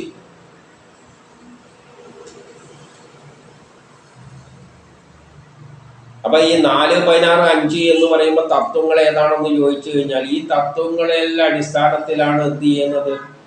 സൃഷ്ടി നടത്തേണ്ടത്. അപ്പൊ സൃഷ്ടി നടത്തേണ്ട, പണ്ട് നടത്തിയ സൃഷ്ടി നടത്തിയതിന്റെ തത്വങ്ങളെല്ലാം സയൻസ് ബുക്സ് എല്ലാം അവിടെ ഉണ്ട് അദ്ദേഹത്തിന്റെ പക്കൽ. 4, 16, 5. 4 എന്താണെന്ന് പറഞ്ഞാൽ പ്രകൃതിയും പുരുഷനും മഹാതത്വങ്ങളും അഹങ്കാരം. അപ്പൊ സൃഷ്ടി നടത്തേണ്ട ആയുധങ്ങൾ എന്തെല്ലാണ്? പുരുഷൻ, പ്രകൃതി ദ്വയമായിട്ടാണ് സൃഷ്ടിക്കേണ്ടത്. അപ്പം പുരുഷനും പ്രകൃതിയും. പിന്നെ മഹാതത്വങ്ങൾ, കുറെ തത്വങ്ങളുണ്ട്. പിന്നെന്ത്? അഹങ്കാരമുണ്ട്. അതാണ് ഈ 4.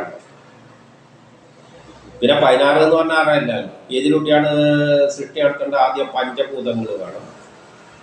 പഞ്ചഭൂതങ്ങളെ കൊണ്ടെല്ലാം സൃഷ്ടിച്ചിട്ട് പിന്നെ ജ്ഞാനേന്ദ്രിയം വേണം. 5 ജ്ഞാനേന്ദ്രിയം വേണം. പിന്നെ 5 കർമ്മേന്ദ്രിയം വേണം. പിന്നെ ഒരു മനസ്സും വേണം. ഇങ്ങനെയാകുമ്പോൾ 16 വേറെ തത്വങ്ങൾ അവിടെ കിടക്കുന്നു. പിന്നെയോ 5. പിന്നെ 5 എന്ന് പറയുമ്പോൾ എന്തെല്ലാണ്? രസം, ഗന്ധം എന്നെല്ലാം പറഞ്ഞിട്ട് രുചി, രസം, ഗന്ധം, രൂപം, ഇങ്ങനെയെല്ലാം 5 വേറെയുണ്ട്. അപ്പൊ ഇങ്ങനെയല്ല, അതൊന്നും ഇവിടെ പറഞ്ഞിട്ടില്ല. ഇങ്ങനെ ഇതെല്ലാം കൂടിയിട്ടുള്ള 4, 16, 5 എന്ന തത്വങ്ങളല്ല. പ്രപഞ്ചം സൃഷ്ടിക്കാൻ വേണ്ട എല്ലാ തത്വങ്ങളും സയൻസും എല്ലാം അവിടെ ത്രിഗുണങ്ങളെല്ലാം ഉണ്ട്. ത്രിഗുണങ്ങളൊന്നും കാണാനില്ല എന്ന് പറഞ്ഞെങ്കിലും അതിൽ ഈ തത്വരൂപത്തിൽ അവിടെ കാണും. ഇതെല്ലാം കൂടിയിട്ടിരിക്കുന്ന ഭഗവാനെയാണ് അവിടെ ദർശിച്ചത്. ആര്? ബ്രഹ്മാവ്. നോക്കിയപ്പോൾ അവിടെ ഇരിക്കുന്നു. എല്ലാമായിട്ട് അവിടെ ഇരിക്കുകയാണ്. സാധനങ്ങൾ സൃഷ്ടിക്കേണ്ട വേണ്ട എല്ലാ സാധനങ്ങളും സയൻസും എല്ലാം അവിടെ വെച്ചിട്ടിരിക്കുകയാണ്. എൻ്റെ 17 പറയുകയാണ്, ഈ ദർശനം കിട്ടിയപ്പോൾ അദ്ദേഹം ആഹ്ലാദം കൊണ്ട് ഭയങ്കര ആഹ്ലാദം ഉണ്ടായി. പിന്നെയോ ആഹ്ലാദത്തിൽ മുഴുകിയ അന്ധകരണത്തോടെ അദ്ദേഹത്തിന് രോമാഞ്ചം ഉണ്ടായി എന്നാണ് പറയുന്നത്. ഇത് കണ്ടപ്പോൾ ആ രൂപത്തിൽ അവിടെ ഇരിക്കുന്ന എല്ലാം വെച്ചിരിക്കുകയല്ലേ. പിന്നെ പ്രേമത്താൽ എന്തു പറ്റി? ആ പ്രേമം, അദ്ദേഹത്തോട് പ്രേമമൂത്തിന് കണ്ണിൽ മുഴുവൻ കണ്ണീരിങ്ങനെ നിറഞ്ഞു വന്നു. ഇനി ആ പരമേശ്വരനെ ഏത് മാർഗത്തിലൂടെ ആ പരമപദം പോകുന്നുവോ അതേപോലെ ആ പാദത്തെ വണങ്ങി. ആ പരമേശ്വരൻ എന്ത് ചെയ്ത്? അദ്ദേഹം ആദ്യം വണങ്ങി. അപ്പം 18 അപ്പോൾ തൻ്റെ ഇംഗിതം അനുസരിച്ച് കർമ്മം ചെയ്യുന്നതിൽ പ്രാപ്തനായ ബ്രഹ്മാവിനോട്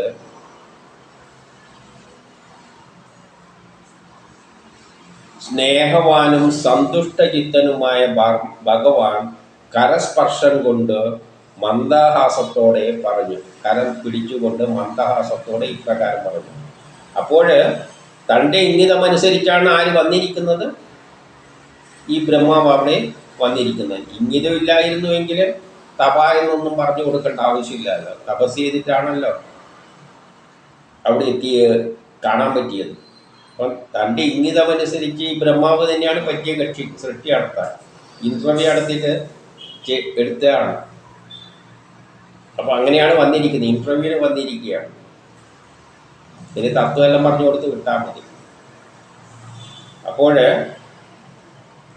തൻ്റെ ഇംഗിതം അനുസരിച്ച് കർമ്മം ചെയ്യാനായിട്ട് വന്നിരിക്കുന്ന ബ്രഹ്മാവിനോട് സ്നേഹം കൊണ്ടും സന്തുഷ്ടചിത്തനായിട്ട് ഭഗവാൻ കൈയെല്ലാം പിടിച്ചിട്ട് മന്ദഹാസത്തോടെ പറയുകയാണ് 19 ശ്രീ ഭഗവാൻ.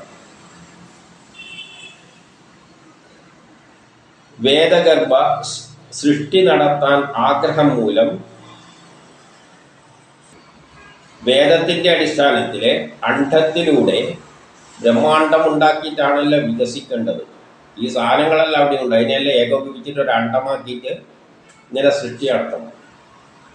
ആ താല്പര്യത്തോടു കൂടിയാണ് ആരിയ്ക്കുന്നത്? ഈ ഭഗവാൻ ഇരിക്കുന്നത്. അതിന് അദ്ദേഹം വളരെ കാലമായിട്ട് തപസ് അനുഷ്ഠിക്കുകയായിരുന്നു. ഏതിനു വേണ്ടി? നല്ലൊരു ശിഷ്യനെ കിട്ടിയാൻ വേണ്ടിയിട്ട്. സൃഷ്ടി നടത്താൻ പറ്റിയ നല്ലൊരു കക്ഷി വേണമല്ലോ. ഇൻ്റർവ്യൂ, അതാണ് ഞാൻ നേരത്തെ ഇൻ്റർവ്യൂ എന്നെല്ലാം പറഞ്ഞത്. അപ്പൊ അവിടെ കിട്ടിയത് ബാക്കിയെല്ലാം കുറേ പേരെല്ലാം കപട ഭക്തരെയാണ് കിട്ടുന്നത്. അവരെയൊന്നും അദ്ദേഹത്തിന് ഇഷ്ടപ്പെട്ടില്ല. കാരണം ഈ സൃഷ്ടി നടത്താൻ കപട ഭക്തിയുള്ളവരെ ഒന്നും കിട്ടിയിട്ട് കാര്യമില്ല. അപ്പോഴാണ് മനസ്സിനിണങ്ങിയ ഈ ബ്രഹ്മാവ് അവിടെ കയറി വരുന്നത്. അപ്പൊ കപട ഭക്തരിൽ സന്തോഷിക്കുവാനാകാതെ ഇരിക്കുമ്പോഴാണ് അങ്ങയിൽ ഞാൻ വഴി പോലെ സന്തോഷപ്പെട്ടിരിക്കുന്നത്. അപ്പോഴാണ് അങ്ങയെ കണ്ടത്.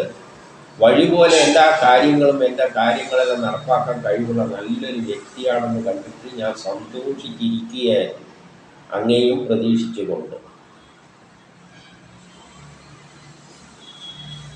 അതുകൊണ്ട് 20 പറയുന്ന അങ്ങേക്ക് എല്ലാ നന്മയും, ആദ്യം തന്നെ ഒരു അനുഗ്രഹം കൊടുത്തു, എല്ലാ നന്മയും ഉണ്ടാകട്ടെ. എന്നിട്ട് പറഞ്ഞു വേണ്ട വരം വേണ്ടിക്ക് എൻ്റെ വല്ല സഹായം വേണ്ടിയെങ്കിലും ചോദിച്ചാൽ മതി. എന്നെ കാണുന്ന ആർക്കും ഏവർക്കും എന്ത് ചെയ്യും? ശ്രേയസ് നേടും. എന്നെ കാണുന്നതിലൂടെ തന്നെയാണ് എല്ലാവരും ശ്രേയസ് നേടുന്നത്. അതുകൊണ്ട് എന്തെങ്കിലും വരം വേണ്ടിയെങ്കിലും ചോദിച്ചോളൂ, ശ്രേയസ്കരമായ എന്ത് വരം വേണ്ടിയെങ്കിലും ഞാൻ തരാം. എന്നിട്ട് 21 പറയുന്നു, എൻ്റെ ഇച്ഛയാലാണ് ഈ ലോകം കാണുവാൻ പോകുന്നത്, കാണുവാനാകുന്നത്. അതിനായി അങ്ങ് തീക്ഷ്ണമായ തപസ്സും അനുഷ്ഠിച്ചു.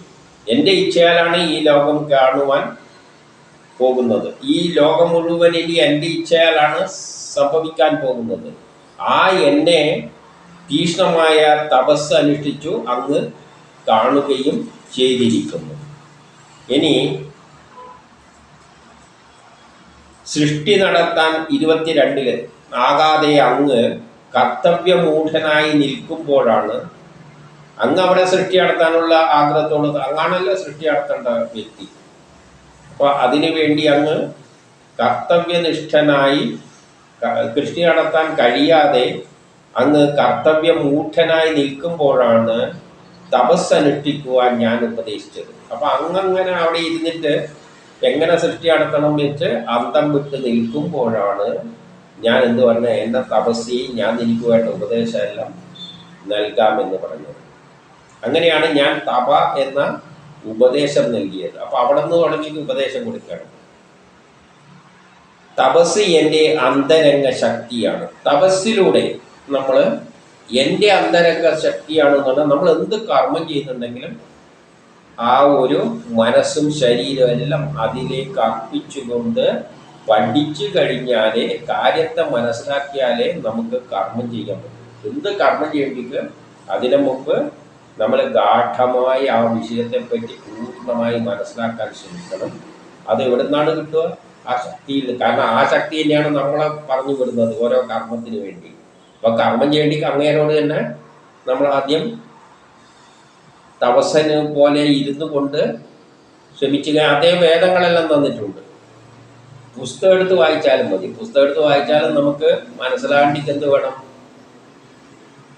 തപസ്സനുഷ്ഠിക്കുന്ന പോലെ ആ വരികളെ മനസ്സിലാക്കിയാലേ കാര്യം നടക്കുള്ളൂ. ശാസ്ത്രജ്ഞന്മാർ അത്രയും ഗവേഷണം നടത്തിയിട്ടാണ്, കാര്യങ്ങൾ മനസ്സിലാക്കിയിട്ടാണ് പുതിയ കണ്ടുപിടുത്തങ്ങൾ നടത്തുന്നത്. ഇതൊന്നും അല്ലാതെ ഇങ്ങനെ ആരും കൊണ്ടിട്ടൊന്നുമില്ല. അപ്പം തപസ്സി എൻ്റെ അന്തരംഗ ശക്തിയാണ്, ഞാൻ തപസ്സിൻ്റെ സ്വരൂപമാണ്. അപ്പം യഥാർത്ഥത്തിൽ ഈ തപസ് തന്നെയാണ്. അപ്പം നമ്മൾ ഈ തപസ് ചെയ്ത് കാര്യം നേടുക എന്ന് പറയുന്നത്, നമ്മൾ ധരിച്ചു വെച്ചിട്ടുണ്ട് ഭാഗവതെല്ലാം തപസ്സിലൂടെ നേടി. അതല്ല അർത്ഥം. ഏത് കർമ്മം ചെയ്യുന്നുണ്ടെങ്കിലും നമ്മൾ മനസ്സിനെ ഏകാഗ്രമായി ചെയ്താൽ മാത്രമേ നമുക്ക് ആ വിഷയത്തെ ശരിക്കും മനസ്സിലാക്കാൻ പറ്റുകയുള്ളൂ. അല്ലാതെ തപസ് ചെയ്യുമ്പോൾ ആരെങ്കിലും ഇങ്ങനെ കൊണ്ടുതത് എന്നാ പിടിച്ചോ വേദം എന്ന് പറഞ്ഞ് കൊണ്ടുതരുന്നൊന്നുമില്ല. അതെല്ലാം നമ്മളെ ശാസ്ത്രലോകം അവരുടെ കഠിനമായ ഏകാഗ്രമായ ചിന്തയിലൂടെ തന്നെയാണ്. ആപ്പിള് വീഴുമ്പോൾ അങ്ങേര് കാര്യമൊന്നും മനസ്സിലാക്കാതെ ഇങ്ങനെ ഇരിക്കുകയായിരുന്നു. അപ്പം തലമണ്ടയില ഒരു ആപ്പിള് വീണു. അപ്പോഴാണ് ബോധോദയം വരുന്നത്. ആ കാഠമായ അതെല്ലാം തപസ്സാണ്. അപ്പോഴാണ് ബുദ്ധി തെളിയുന്നത്. അല്ലാതെ വെറുതെ ഒന്നും കിട്ടില്ല. അപ്പൊ തപസ്സാണ് ഞാൻ തപസ്സിന്റെ സ്വരൂപമാണ്.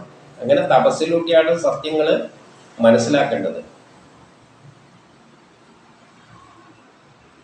തപസ് 23 പറയുന്നു, തപസ്സിനാൽ തന്നെ ഞാൻ ഈ ലോകത്തെ സൃഷ്ടിക്കുന്നു. ലോകത്തിൽ എന്തെല്ലാം സൃഷ്ടി നടക്കുന്നുണ്ടോ അതിൻ്റെ പിന്നിലും ഗാഠമായ ചിന്തകരുണ്ട്. തപസ്സിനും സമാനമായ ചിന്ത നടക്കുന്ന ആൾക്കാരിലൂടെയാണ് ഈ ലോക സൃഷ്ടി നടക്കുന്നത്. ഗാഠമായി പ്രപഞ്ച രഹസ്യങ്ങളെ മനസ്സിലാക്കാൻ ശ്രമിക്കുന്നു. അതിലൂടെ പുതിയ പുതിയ കണ്ടുപിടുത്തങ്ങൾ നടക്കുന്നു. ലോകം പുരോഗമിക്കുന്നു. തപസ്സുകൊണ്ട് തന്നെയാണ് ഞാൻ സംഹരിക്കുന്നതും തപസ്സുകൊണ്ട് തന്നെയാണ് ഭരിക്കുന്നതും. അപ്പൊ എന്ത് കർമ്മം ചെയ്യേണ്ടെങ്കിലും നമ്മൾ അതിൽ മുഴുകി ചിന്തിച്ചിട്ട് ചെയ്യണം. തപസ്സാണ് എൻ്റെ ശക്തി. അപ്പൊ തപസ് എന്ന് പറയുമ്പോൾ നമ്മൾ വെറുതെ കണ്ണും കൂട്ടിയിരുന്നിട്ട് ഭഗവാനെ ഇങ്ങ് കൊണ്ടുത്താന്ന് പറഞ്ഞു കഴിഞ്ഞാൽ ഒരു ചുക്കും കൊണ്ടു തരില്ല. നമുക്ക് എന്തെങ്കിലും പ്രശ്നങ്ങൾ ഉണ്ടെങ്കിൽ ഏകാഗ്രം ആരുമായിട്ട് വാരകടിക്കാതെ ഇരുന്നിട്ട് ആലോചിക്കണം, എന്താണ് ഇതിനെ മറികടിക്കാനുള്ള വഴി. ഇങ്ങനെ ആലോചിച്ച് വരുമ്പോൾ നമ്മളെ മനസ്സിൽ ബുദ്ധിയിൽ ഒരു വഴി തെളിഞ്ഞു വരും. അതാണ് തപസ്. അല്ലാതെ എല്ലാവരും ഇരുന്നിട്ട് അവിടെ ഇരുന്നിട്ട് ഒരുത്തം വരെ അങ്ങോട്ട് പോകുന്നു, ഒരുത്തം വരെ ഇങ്ങോട്ട് പോകുന്നു. അവസാനം പണ്ട് കഴുതേനെ കുറെ പേര് ചുമന്നില്ല, ആ അവസ്ഥയിലെത്തിപ്പോകും. അതൊന്നും വേണ്ട. നമ്മൾ ഇരുന്നിട്ട് ഗാഠമായി ചിന്തിക്കുക, വഴി നമ്മളെ മുമ്പിൽ തുറന്നു വരും. അപ്പൊ തപസ്സാണ് ശക്തി. അപ്പൊ 24 ബ്രഹ്മാവ് പറയുന്നു, അങ്ങ് എല്ലാ ജീവികളുടെയും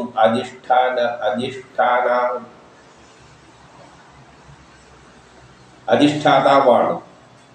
അങ്ങയുടെ അറിവ് കൊണ്ട് തന്നെ എൻ്റെ കർത്തവ്യാഭിലാഷത്തെ പറയാതെ തന്നെ അറിയുന്നു.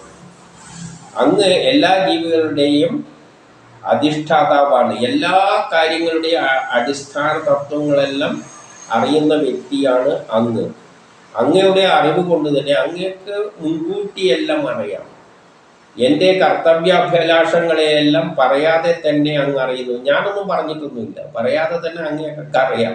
കാരണം ഞാൻ ആടെ ഇരുന്നിട്ട് ആലോചിക്കായിരുന്നു എങ്ങനെ ഈ സൃഷ്ടി നടത്തും. അപ്പോഴാണ് എന്നോട് പറഞ്ഞ് തപ എന്ന് പറഞ്ഞു. ഓ തപ. അത് കഴിഞ്ഞിട്ട് ഇപ്പോൾ എന്ത് പറയുന്നു, എനിക്കെന്താ വരം വേണ്ടത് ഞാൻ പറഞ്ഞു തരാമെന്ന്. അപ്പം എല്ലാം അറിഞ്ഞിട്ട് ചെയ്യുന്നുണ്ട്. അപ്പം നമ്മൾ ഈ ഈശ്വരൻ്റെ അടുത്ത് പോയിട്ട് പ്രാർത്ഥിക്കേണ്ട ഒരു കാര്യമില്ല. അത് തന്നെയാണ് ഉള്ളിലിരിക്കുന്നത്. നമ്മളും അതാണ്, അത് തന്നെയാണ് ഉള്ളിലിരിക്കുന്നത്. നമ്മളെ കൊണ്ട് ഓരോ സമയത്ത് തോന്നിപ്പിച്ച് ചെയ്യിപ്പിക്കും. അല്ലാതെ അങ്ങോട്ട് പോയി പറഞ്ഞിട്ട് ഒരു കാര്യമില്ല. അതുകൊണ്ട് അങ്ങനെയൊക്കെ എല്ലാം അറിയാം. എൻ്റെ മനസ്സിൻ്റെ ഗതി എന്നെ പറയാതെ തന്നെ അങ്ങ് മനസ്സിലാക്കിയിരിക്കുന്നു. എങ്കിലും 25 പറയാണ്, എൻ്റെ അഭ്യർത്ഥനയെ ഞാൻ അങ്ങ് നിറവേറ്റി തന്നാലും. ഞാൻ ഒരു അഭ്യർത്ഥന നടത്താൻ പോകുകയാണ്, അതങ്ങ് നിറവേറ്റി തന്നാലും. എങ്ങനെയെന്നാൽ അങ്ങയുടെ സൂക്ഷ്മവും സ്ഥൂലവുമായ 2 രൂപവും ഞാൻ അറിയുവാൻ ആഗ്രഹിക്കുന്നു. അതായത് സ്ഥൂല രൂപമുണ്ട്, സൂക്ഷ്മരൂപമുണ്ട്. സൂക്ഷ്മരൂപത്തില് വിരാടപുരുഷൻ എന്തായിട്ടുണ്ട്? ചെറിയതായിട്ടുണ്ട്. പ്രമോദിന്റെ സൂക്ഷ്മരൂപം എന്ന് പറഞ്ഞു കഴിഞ്ഞാൽ വേണമെങ്കിൽ എൻ്റെ ജനിതക ഘടന പറയാം. ആ ജനിതക ഘടനയിൽ ഞാൻ ഇരിക്കുകയാണ്. അല്ലെങ്കിൽ കോഴിമുട്ടേൻ്റെ അകത്ത്, ആ ഭ്രൂണത്തിൻ്റെ അകത്ത് ഒരു കോഴിയാണ് ഇരിക്കുന്നത്. കോഴീൻ്റെ എല്ലാ ഗുണങ്ങളും അതിൻ്റെ അകത്തുണ്ട്. ഒരു വിത്തില് അതിൻ്റെ സൂക്ഷ്മരൂപത്തിൽ ആ ജനിതക ഘടന അതിൻ്റെ അകത്തുണ്ട്. അതാണ് സ്ഥൂല രൂപമായിട്ട് മാറുന്നത്. വിത്ത് ഇതിനകത്തുള്ള ആ സാധനം വികസിച്ച് മരമായിട്ട് മാറുന്നു. കോഴിമുട്ടേൻ്റെ അകത്തുള്ളത് കോഴിയായിട്ട് വരുന്നു. എൻ്റെ ജനിതഘടനയിൽ ആ ഉണ്ടായിരുന്ന ചെറിയത് വികസിച്ച് പ്രമോദമായിട്ട് വരുന്നു. അതേപോലെ സൃഷ്ടിയുടെ എല്ലാം എവിടെയുണ്ട്? അവിടെ ഒരു സൂക്ഷ്മ രൂപത്തിലുണ്ട്. അത് വികസിച്ചിട്ടാണ് പ്രപഞ്ചം ഉണ്ടാക്കേണ്ടത്. അപ്പം എനിക്കറിയേണ്ടത് ഏതാണ്? ഈ സ്ഥൂലം അറിയണം. സൂക്ഷ്മം വരെ കഴിഞ്ഞാൽ അത് പ്രകാരം ഞാൻ വെച്ചുണ്ടായിക്കോളാം. അത് പറഞ്ഞാൽ മതി എന്നാണ് പറയുന്നത്. സൂക്ഷ്മവും സൂക്ഷ്മവും തമ്മിലുള്ള അങ്ങയുടെ ഈ രൂപത്തെ, അങ്ങയുടെ വിരാട രൂപവും ആ പുരുഷനായ ചെറിയ രൂപവും എനിക്ക് പറഞ്ഞു തന്നു കഴിഞ്ഞാൽ ഒന്ന് വിസ്തരിച്ച് പറഞ്ഞു തന്നാൽ മതി എന്നാണ് ഒറ്റ വാക്കിൽ പറഞ്ഞു കൊടുത്തത്, ചോദിച്ചത്. അതാണ് വരമായിട്ട് ആവശ്യപ്പെട്ടത്.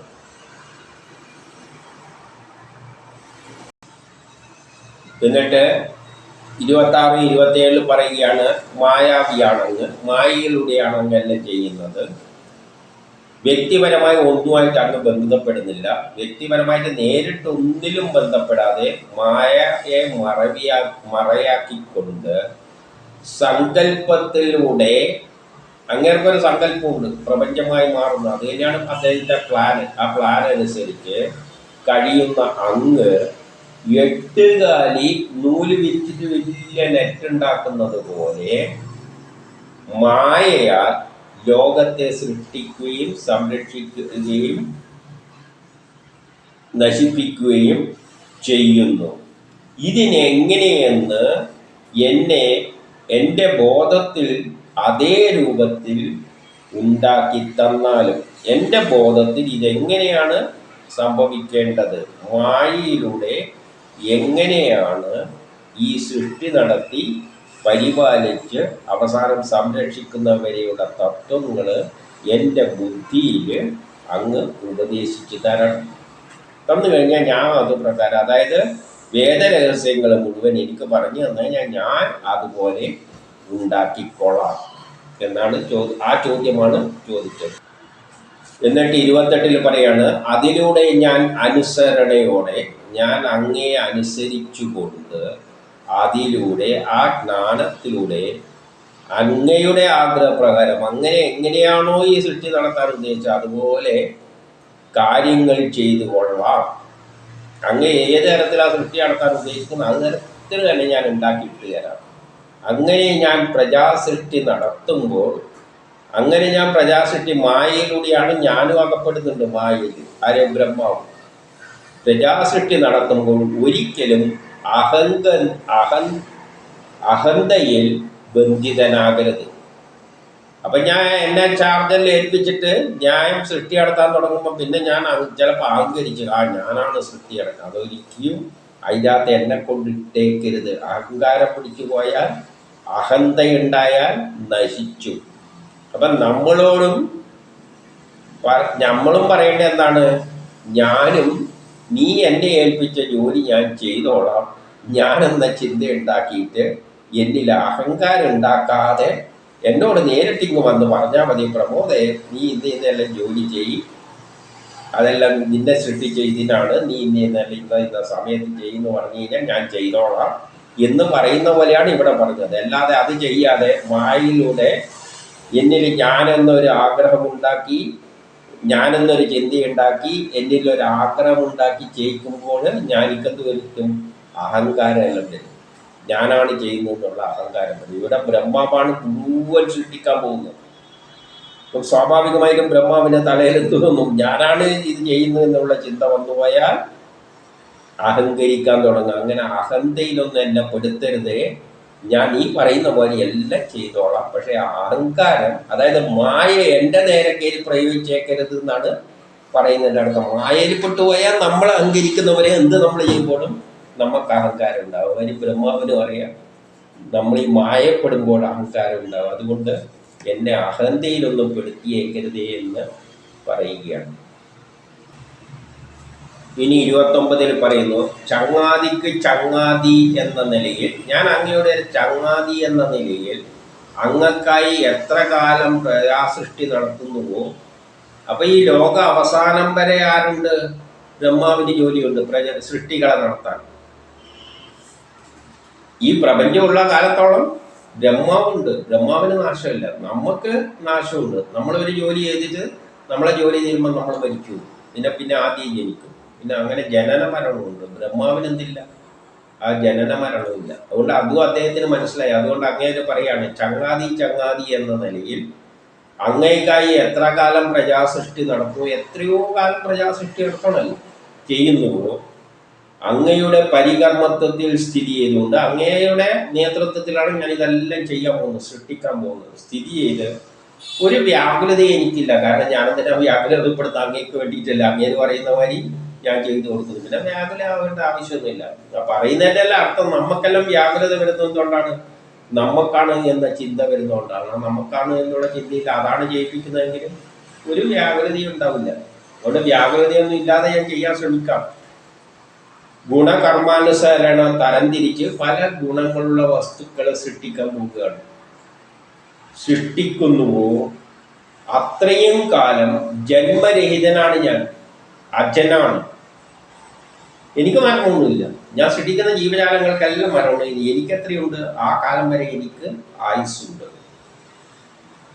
എന്ന് ഞാൻ അഭിമാനം കൊള്ളുന്നുവെങ്കിലും, അങ്ങനെ അഭിമാനം കൊള്ളാനുള്ള വകുപ്പ് എനിക്കുണ്ട്. എനിക്ക് മരണമില്ല എന്നുള്ള, അച്ഛനാണ് എന്നുള്ള അഹങ്കാരത്തിന് എനിക്ക് ജനിച്ച് മരിച്ചിട്ട് ചെയ്യേണ്ട ആവശ്യമില്ല. ആദ്യം മുതൽ അവസാനം വരെ ഞാൻ അങ്ങനെ മരിക്കേണ്ട ആവശ്യമൊന്നുമില്ല. സൃഷ്ടി തുടങ്ങുന്ന മുതൽ ഞാനുണ്ട്, അവസാനം വരെയും ഞാനുണ്ട്. പക്ഷേ അഹന്ത എന്നിലുണ്ടാക്കരുത്. ഞാൻ മരണമില്ലാത്തവനാണ് എന്നുള്ള അഹന്ത എന്നിൽ ഉണ്ടാക്കരുത്. അത് തലക്ക് പിടിച്ചു പോയ കാര്യം പോയി എന്നാണ് പറയുന്നതിൻ്റെ അർത്ഥം. ഇത്രയും പറഞ്ഞപ്പോൾ ഭഗവാൻ 30 ശ്രീ ഭഗവാൻ പറയുകയാണ്, നിഗൂഢമായത്, ഇത് വളരെ ഗൂഢമായ ശാസ്ത്രമാണ്. അനുഭവ പരിജ്ഞാനത്തോടുകൂടി, അനുഭവത്തിന്റെ പരിജ്ഞാനത്തോടു കൂടിയുള്ളതാണ്. ഇത് അനുഭവത്തിന്റെ പരിജ്ഞാനത്തിൽ ഉണ്ടായതാണ്. എത്രയോ കാലം ഉണ്ടാക്കി ഈ പ്രളയം ഉണ്ടാക്കുക, സൃഷ്ടിക്കുക, പ്രളയം ഉണ്ടാക്കുക, സൃഷ്ടിക്കുക എന്നുള്ളത് എത്രയോ കാലങ്ങളായിട്ട് ഇങ്ങനെ നടന്നുകൊണ്ടിരിക്കുകയാണ്. അതുകൊണ്ട് ഇപ്പം നമുക്ക് സാമ്പാർ ഉണ്ടാക്കുന്നതിന് വലിയ പ്രയാസമൊന്നുമില്ല. എന്തുകൊണ്ടാണ്? ഇത് നമ്മളെ പൂർവികർ തൊട്ട് ഈ സാമ്പാർ ഉണ്ടായിക്കൊണ്ടിരിക്കുകയാണ്. അനുഭവ പരിജ്ഞാനമുള്ള. അതുമാതിരി ബ്രഹ്മാവ് ഇപ്പം സൃഷ്ടിക്കാൻ പോകുന്ന ഈ ബ്രഹ്മാവ് തന്നെ പണ്ടും പല യുഗങ്ങളിൽ ഇങ്ങനെ സൃഷ്ടിച്ച് സംഹരിച്ചുണ്ട്. അപ്പൊ അവർ അനുഭവത്തിന്റെ അടിസ്ഥാനത്തിലുള്ള തത്വമാണിത്. അതുകൊണ്ട് അതിൽ പിഴവൊന്നും പറ്റില്ല. ആദ്യമായിട്ട് ഉണ്ടാക്കുകയാണെങ്കിൽ കുഴപ്പം. ഇതൊന്നും അല്ല. ഇത് നിഗൂഢമായതാണ്, അനുഭവ പരിജ്ഞാനത്തോടു കൂടിയതാണ്, ഭക്തിയുക്തമാണ്. അതായത് ആ ബ്രഹ്മവുമായിട്ട് ബന്ധപ്പെട്ട ഒരു മാറ്റത്തിനും വഴിയില്ല. അതുമാതിരി ഓട്ടോമാറ്റിക്കായിട്ട് നടക്കുന്ന ഭക്തിയുക്തമായ എൻ്റെ എന്നെ സംബന്ധിക്കുന്ന ഈ തത്വാവബോധവും അതുമായി ബന്ധപ്പെട്ട തത്വാവബോധവും പ്രമാണങ്ങളും ഞാൻ പറഞ്ഞു തരാം. അത് ഗ്രഹിച്ചു കൊടുക്കുക. ഞാൻ ഇതെല്ലാം പറഞ്ഞു തരാം. അതായത് വേദം മുഴുവൻ നമുക്ക് ഉപദേശിച്ചു തരാം. അത് നീ ശരിക്കും മനസ്സിലാക്കിയിട്ട് പോയി ഉണ്ടാക്കിയാൽ മതി. അതായത് സാമ്പാർ ഉണ്ടാക്കാൻ ഞാൻ പറഞ്ഞു തരാം.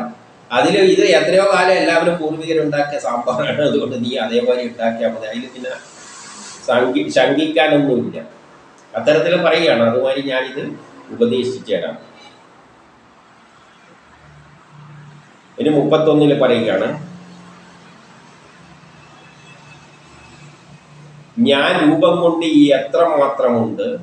അതായത് ഈ രൂപം കൊണ്ട് ഈ പ്രപഞ്ച സൃഷ്ടി എത്ര തരത്തിൽ ഇത് രൂപം കൊണ്ട് എത്ര മാത്രമുണ്ട്, എത്ര ഭാവത്തിലാണുള്ളത്, എന്തെല്ലാം ആകൃതി, ഗുണം, കർമ്മവിശേഷം എന്നിവ കൂടിയത് എന്നിവയെല്ലാം എൻ്റെ അനുഗ്രഹത്താൽ ഗ്രഹിക്കുക. ഈ പ്രപഞ്ചത്തിലുള്ള ഈ ഞാനെന്നത് പല രൂപമായിട്ട് മാറാൻ പോവുകയാണ്. എന്തെല്ലാം രൂപത്തിലായി മാറണം, എന്തെല്ലാം ആകൃതി സ്വീകരിക്കണം, എന്തെല്ലാം ഗുണങ്ങളുണ്ട്. ഈ പ്രപഞ്ചത്തിലുള്ള വസ്തുക്കൾക്ക് എന്തെല്ലോ ഗുണങ്ങളുണ്ട്, എന്തെല്ലോ രൂപങ്ങളുണ്ട്. ഇതെല്ലാം ഞാനാണ് പലതായിട്ട് മാറിയത്. പ്രമോദായിട്ട് മാറിയിട്ടുണ്ട്, പലതായിട്ട് മാറിയിട്ടുണ്ട്, കല്ലായിട്ട് മാറിയിട്ടുണ്ട്, മരമായിട്ട് മാറിയിട്ടുണ്ട്. അതിനെല്ലാം ഓരോന്നിനും അതിൻ്റെതായ ഗുണങ്ങളുണ്ട്. ഈ ഗുണങ്ങളെല്ലാം പല രൂപത്തിൽ ഞാൻ മാറിയിട്ടുണ്ട്. അതെല്ലാം നീ മനസ്സിലാക്കിക്കൊള്ളുക. എന്നിട്ട് അതുപോലെ അങ്ങ് ഉണ്ടാക്കി വെച്ചാൽ മതി. പണ്ട് ഞാൻ ഇങ്ങനെയെല്ലാം മാറിയിട്ടുണ്ട്, അതുപോലെ നീ ഇപ്പോൾ അതിനെല്ലാം ഉണ്ടാക്കിയിട്ട് അങ്ങ് പോയേച്ചാൽ മതി. സംഗതി വളരെ എളുപ്പമാണെന്ന് പറഞ്ഞുകൊണ്ടാണ് ഈ ചതുശ്ലോകി ഭാഗവതം ഉപദേശിക്കുന്നത്. എൻ്റെ 32 പറയുന്നു, സൃഷ്ടിക്ക് മുമ്പ് ഞാൻ മാത്രമേ ഉണ്ടായിരുന്നു. ഈ സൃഷ്ടി നടത്തും. അപ്പം നാരായണനല്ലേ കടന്നങ്ങ് ബ്രഹ്മത്തിലേക്ക് എത്തി. ഇതൊന്നും പണ്ടേ മറ്റേ താഴെയുള്ള ദ്വാപരയുഗത്തിലെ രാധയൊന്നും അല്ല ഈ പറയുന്നത്. അങ്ങ് ബ്രഹ്മത്തിലുള്ള കാര്യങ്ങളാണ് ഈ പറയുന്നത്. സൃഷ്ടിയായിട്ട് ബന്ധപ്പെട്ടതാണ്. എന്താണ് പറയുന്നത്? സൃഷ്ടിക്ക് മുമ്പ് ഞാനേ ഉള്ളൂ. അപ്പൊ സൃഷ്ടിക്ക് മുമ്പിൽ എന്തൊന്നുണ്ടായിരുന്നു അതാണ് ബ്രഹ്മം. അതിൽ നിന്നാണ് നീ സൃഷ്ടി തുടങ്ങേണ്ടത്. അപ്പൊ സൃഷ്ടിക്ക് മുമ്പിലുള്ള സംഗതി എന്താണ്? ആ ബ്രഹ്മം. ആ ബ്രഹ്മത്തെ ഇടിച്ച് പൊളിച്ച് അതിന് രൂപവും ഭാവമൊന്നുമില്ല. അതിനെ ഇടിച്ച് പൊളിച്ചിട്ടാണ് ആറ്റങ്ങളും തന്മാത്രകളും എല്ലാം ഉണ്ടാക്കിയിട്ട്, ഇലക്ട്രോണും എനർജിയെല്ലാം ഉണ്ടാക്കിയിട്ട് സൃഷ്ടി നടത്തേണ്ടത്. ആദ്യമുള്ള അടിസ്ഥാന മെറ്റീരിയൽ സാമ്പാർ ഉണ്ടാക്കേണ്ട സാധനം ആദ്യം കുറേ എണ്ണം എടുത്തിട്ടുള്ളൂ, ഇതിലൊക്കെയാണ് സാമ്പാർ ഉണ്ടാക്കേണ്ടത്. അതുപോലെ ഇതാ സൃഷ്ടിയാർത്തേണ്ട സാധനം ഇതാ ബ്രഹ്മമായിട്ട് ആടെ കിടക്കുന്നത്. അത് സ്ഥൂലം സൂക്ഷ്മത്തിനുള്ള കാരണം എന്നിവയെല്ലാം എന്നിൽ നിന്നും അന്യമല്ല. അതായത് ഈ പ്രപഞ്ചത്തിൽ എന്തെല്ലാമാണോ സൃഷ്ടിക്കുന്നത് അതെല്ലാം സ്ഥൂലമായ അത് സൂക്ഷ്മമായ ഈ ബ്രഹ്മത്തിൽ നിന്നും അന്യമല്ല. ഈ സൂക്ഷ്മമായിരിക്കുന്ന നിർഗുണമായിരിക്കുന്ന ഈ ബ്രഹ്മത്തിൽ നിന്നാണ് നീ ഇനി ഇതെല്ലാം സൃഷ്ടിക്കേണ്ടത്. അതിൽ നിന്നും അന്യമായിട്ട് സൃഷ്ടിക്കരുത്. ഇതെല്ലാം അത് തന്നെയാണ്, അതെടുത്തിട്ട് തന്നെയാണ് നീ സൃഷ്ടിക്കേണ്ടത്. നീ ഉണ്ടാക്കാൻ പോകുന്നതൊന്നും അന്യവുമല്ല. സൃഷ്ടിക്ക് ശേഷം നീ എന്തെല്ലാമാണോ ഉണ്ടാക്കുന്നത് അത് ഞാൻ തന്നെയാണ്. ആ നിലയിൽ സൃഷ്ടിക്കണം. അതായത് എന്നെ എടുത്തിട്ടാണ് നീ സൃഷ്ടിക്കാൻ പോകുന്നത്. നീ എന്തെങ്കിലും ഉണ്ടാക്കിയാൽ അത് അത് തന്നെയായിരിക്കണം. അല്ലാതെ നിന്റെ കൈമ്പന്നിട്ടിട്ടുള്ള പരിപാടിയൊന്നും വേണ്ട. ഞാൻ സൃഷ്ടിക്കുമ്പോൾ ഇതേ ഉള്ളൂ, ഒരു ബ്രഹ്മമുണ്ട്, രൂപവും ഭാവമില്ലാതെ. അതെടുത്തിട്ട് നീ എല്ലാം ഉണ്ടാക്കണം. ഉണ്ടാക്കിക്കഴിഞ്ഞാൽ ഉണ്ടാകുന്ന സാധനവും അത് തന്നെയായിരിക്കണം. അല്ലാതെ വേറെ ഒന്നും കൈമ്പന്നിട്ടിട്ടുള്ള ഒരു പരിപാടിയും വേണ്ട. സൃഷ്ടിക്ക് ശേഷം എന്തെല്ലാം ഉണ്ടാകുന്നു അതും ഞാൻ തന്നെ. അവസാനം ഇതെല്ലാം സൃഷ്ടിച്ചിട്ട് ഉരുട്ടി മടക്കിയിട്ട് കൊണ്ടുപോയിട്ട് അവിടെ കൊണ്ട് ബ്രഹ്മത്തിൽ ലയിപ്പിക്കുമ്പോൾ പിന്നെ എന്ത് ശേഷിക്കുന്നു അതും ഞാൻ തന്നെ. അതായത് കുറച്ച് മാവ് തരും, ആ മാവ് എടുത്തിട്ട് ആ മാവിൻ്റെ മേലെ ഉരുട്ടിയിട്ട് ബോൾ ഉണ്ടാക്കുക. ആ മാവിൻ്റെ അടിയിൽ കുറച്ച് ഉരുട്ടിയിട്ട് ഏണിമാരി ഉണ്ടാക്കുക. ഇപ്പുറം കുറച്ച് ഉരുട്ടിയിട്ട് പ്രമോദനമാരി ഉണ്ടാക്കുക. ഇപ്പുറം കുറച്ച് ഉരുട്ടിയിട്ട് വേറൊരു വ്യക്തിയെ ഉണ്ടാക്കുക, ബ്രഹ്മാവിനെ ഉണ്ടാക്കുക, ശിവനെ ഉണ്ടാക്കുക. ഇതെല്ലാം ഇവിടെ നിന്ന് ഉരുട്ടി ഉണ്ടാക്കുന്നില്ലേ? അതുപോലെയാണ് ഈ ഇത് ഉണ്ടാക്കിയിട്ടിരിക്കുന്നത് ഈ പ്രപഞ്ചം. അതുകൊണ്ടാണ് വിരാട പുരുഷൻ എന്ന് പറഞ്ഞത്. അല്ലാതെ ഇതിൽ നിന്നും വേർപെടുത്താനൊന്നുമില്ല.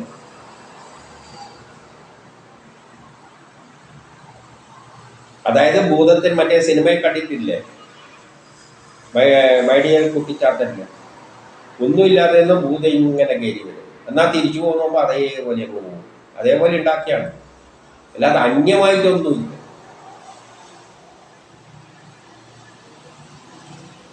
എന്തെങ്കിലും അവശേഷിക്കുന്നുണ്ടെങ്കിൽ അതും ഞാൻ തന്നെ. ഇനി 33 എന്നിട്ട് 33 പറയാണ്, പരമാർത്ഥമായ ആ ബ്രഹ്മത്തെ വിട്ടിട്ട് വേറെ എന്തെല്ലോ ഉള്ളതായിട്ട് തോന്നും. അതിനെ വിട്ടിട്ട് അത് കഴിഞ്ഞിട്ട് വേറെ എന്തെല്ലോ ഉള്ളതായിട്ട് തോന്നും. ഉദാഹരണമായിട്ട് ഇലക്ട്രോണും പ്രോട്ടോണും കൊണ്ടാണ് ഈ പ്രപഞ്ചം നമ്മളെല്ലാം ഉണ്ടായിരിക്കുന്നത്. ഈ കാണുന്നതെല്ലാം സയൻസ് പഠിച്ച നമ്മളെ സംബന്ധിച്ചിടത്തോളം ടീച്ചർ പഠിപ്പിക്കും, ഈ പ്രപഞ്ചത്തിൽ ഇലക്ട്രോണും പ്രോട്ടോണും ഇങ്ങനെ പലതരത്തിൽ കൂട്ടിച്ചേർത്ത് ആറ്റങ്ങളാക്കി തന്മാത്രയായിട്ട് ഈ പ്രമോദം ഉണ്ടായെന്ന് തോന്നും, ഉണ്ടാക്കിയെന്ന് ടീച്ചർ പറഞ്ഞു തരും. പക്ഷെ വെളിയിലെത്തുമ്പോൾ അതൊന്നുമല്ല, ഈ ഞാൻ എന്ന് പറയുന്ന ഇലക്ട്രോണും പ്രോട്ടോണും ഒന്നുമല്ല, വേറെ എന്തോ ആണെന്ന് തോന്നിപ്പോകും. എത്ര കെമിസ്ട്രി പഠിച്ചാലും ഈ പ്രമോദം എന്ന് പറഞ്ഞാൽ വെറും ഇലക്ട്രോണും പ്രോട്ടോണും ആണോ എന്ന് ചോദിച്ചു കഴിഞ്ഞാൽ അതൊന്നുമല്ല. അപ്പൊ ഈ ഞാനാരാണ്? ഇതിൻ്റെ അകത്തുള്ള ആത്മാവ് എന്താണ്? അതൊന്നും ഇലക്ട്രോണും പ്രോട്ടോണുമായിട്ട് ഒരു ബന്ധമില്ലല്ലോ. ക്ലാസ്സുമില്ല, അതിനെപ്പറ്റി ഒന്നും ടീച്ചർ പഠിപ്പിച്ചു തന്നിട്ടില്ല. ഈ ഞാനെന്നത് എന്താണ്, ഈ പരമാത്മാവ് എന്താണ്, ജീവാത്മാവ് എന്താണ്, മറ്റേ വിഷ്ണു എന്താണ്, ബ്രഹ്മാവ് എന്താണ്, അതൊന്നും ടീച്ചർ പഠിപ്പിച്ചു തന്നിട്ടില്ലല്ലോ. ടീച്ചർ ഇലക്ട്രോണും പ്രോട്ടോണും എല്ലാം കൂട്ടിയിട്ട് ആറ്റങ്ങൾ ഉണ്ടാക്കിയിട്ട് ഇങ്ങനെ എന്തെല്ലോ പറഞ്ഞു വന്നിട്ടുണ്ട്. അതേപോലെ പ്രപഞ്ചം ഉണ്ടാകുന്നത് രൂപവും ഭാവവും ഇല്ലാതെ അതിൽ നിന്നാണ് ഇതെല്ലാം ഉണ്ടായതെന്ന് പറയുമ്പോൾ ആ പരമാർത്ഥ തത്വത്തെ വിട്ടിട്ട് വേറെ എന്തെല്ലോ ഉള്ളതായിട്ട് നമുക്ക് തോന്നും. അതൊരു കുഴപ്പം തന്നെയാണ്. ഏതുപോലെ എന്നാൽ രാഹു ഗ്രഹം ഇല്ലെന്ന് തോന്നിയേക്കാം. അങ്ങനെ തോന്നുന്നത് എൻ്റെ മായ കൊണ്ടാണ്. രാഹു എന്ന ഗ്രഹമുണ്ട യുക്തിവാദികൾ പറയും, ജ്യോത്സ്യന്മാര് രാഹു എന്നൊരു ഗ്രഹത്തെ പറ്റി പറയുന്നത്. അങ്ങനെ ഒരു സാധനം ഇല്ല. എന്നാ പിന്നെ ആകാശത്ത് കാണിച്ച രാഹു എവിടെയാണ് നിൽക്കുന്നത്? പക്ഷെ ഗ്രഹം എന്നും പറഞ്ഞുകൊണ്ട് ജ്യോത്സ്യന്മാർ രാഹു ഗ്രഹം അങ്ങനെ വിഴുങ്ങാൻ വേണ്ടി നിൽക്കുക.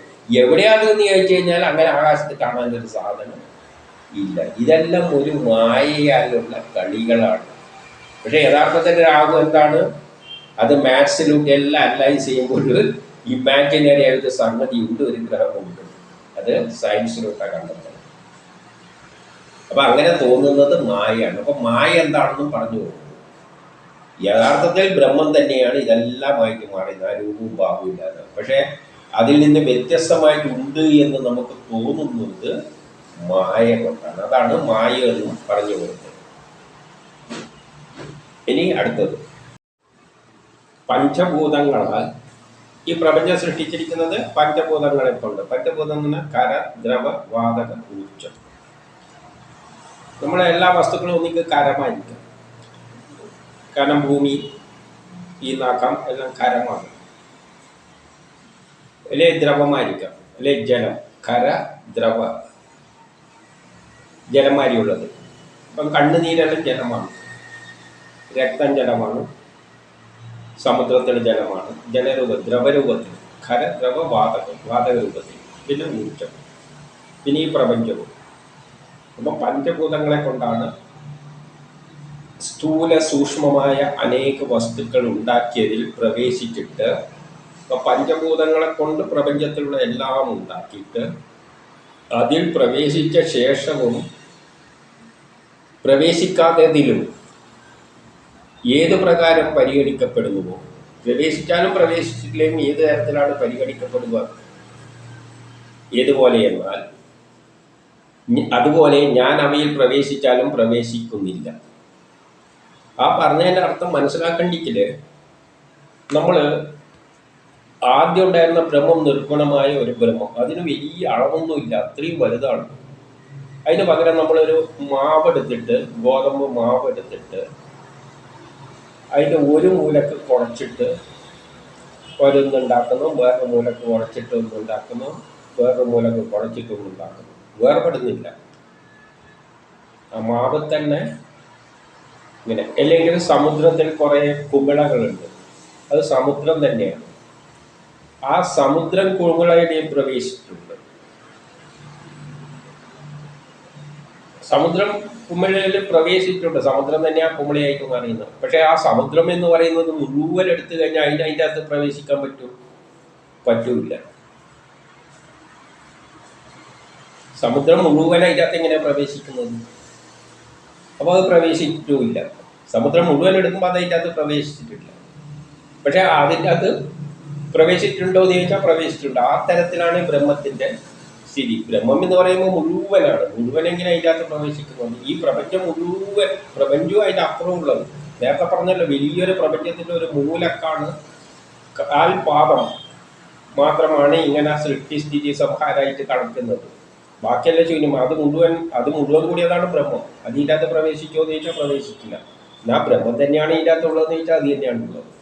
ആ തരത്തിൽ അതിനെ എടുക്കണം. ഇപ്പം എല്ലാത്തിലും പ്രവേശിച്ച ശേഷവും പ്രവേശിക്കാതിരിക്കുന്ന രൂപത്തിൽ കാണണം.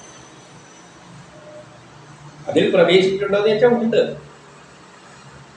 സമുദ്രം ഈ കുമിളയിൽ പ്രവേശിച്ചിട്ടുണ്ടോ എന്ന് ചോദിച്ചാൽ സമുദ്രം തന്നെയാണ് കുമിളയായിട്ട് മാറിയിരിക്കുന്നത്. അതുകൊണ്ട് ഈ സമുദ്രം മുഴുവൻ കുമിളയിലാണോ എന്ന് ചോദിച്ചു കഴിഞ്ഞാൽ അത് കുമിളയിൽ വായിക്കോ. അതിന് കുമിളയിൽ അത് സമുദ്രത്തെ മുഴുവൻ എടുക്കുമ്പോൾ ഈ കുമിളയെ പറ്റി ചിന്തിക്കാൻ പോലും ഇല്ല. അതിൻ്റെ അകത്ത് അതിന് കയറാനും ഉൾക്കൊള്ളാനും പറ്റില്ല. ആ നിലയിൽ ബ്രഹ്മമാണ് ഇതെല്ലാമായി മാറിയതെങ്കിലും ആ ബ്രഹ്മ ഇതിൽ നിന്നതെല്ലാം മാറി. ഇത് ചെടു കേസറാണ്. അപ്പം അവയിൽ പ്രവേശിച്ചെങ്കിലും പ്രവേശിച്ചവരല്ല. ആ നിലയിലാണ് അതിനെ മനസ്സിലാക്കേണ്ടത്. കാരണം അതിൽ പ്രവേശിക്കാനുള്ള അത് ബ്രഹ്മം എന്ന് പറഞ്ഞാൽ അത്രയും വലിയ സാധനമാണ്. അതിൻ്റെ അകത്ത് പ്രവേശിച്ചെന്ന് പറയുന്ന ഒരർത്ഥമൊന്നും. അത് തന്നെയാണ് ഇതെല്ലാം ആയിട്ടുള്ളത്. അപ്പം എല്ലാത്തിൻ്റെ ഉള്ളിൽ അതുണ്ടോ എന്ന് ചോദിച്ചാൽ ഉണ്ട്. പക്ഷെ അത് അതിൻ്റെ അകത്ത് കാണോ പ്രവേശിച്ചിരിക്കുന്നതെന്ന് ചോദിച്ചാൽ എല്ലാമാണ്. അത് 34. 35 ആത്മാവിൻ്റെ യഥാർത്ഥം അറിയാൻ ആഗ്രഹിക്കുന്നവർ ചിന്തിച്ചുകൊണ്ട് ഇത്രമാത്രം ചിന്തിച്ചാൽ മതി.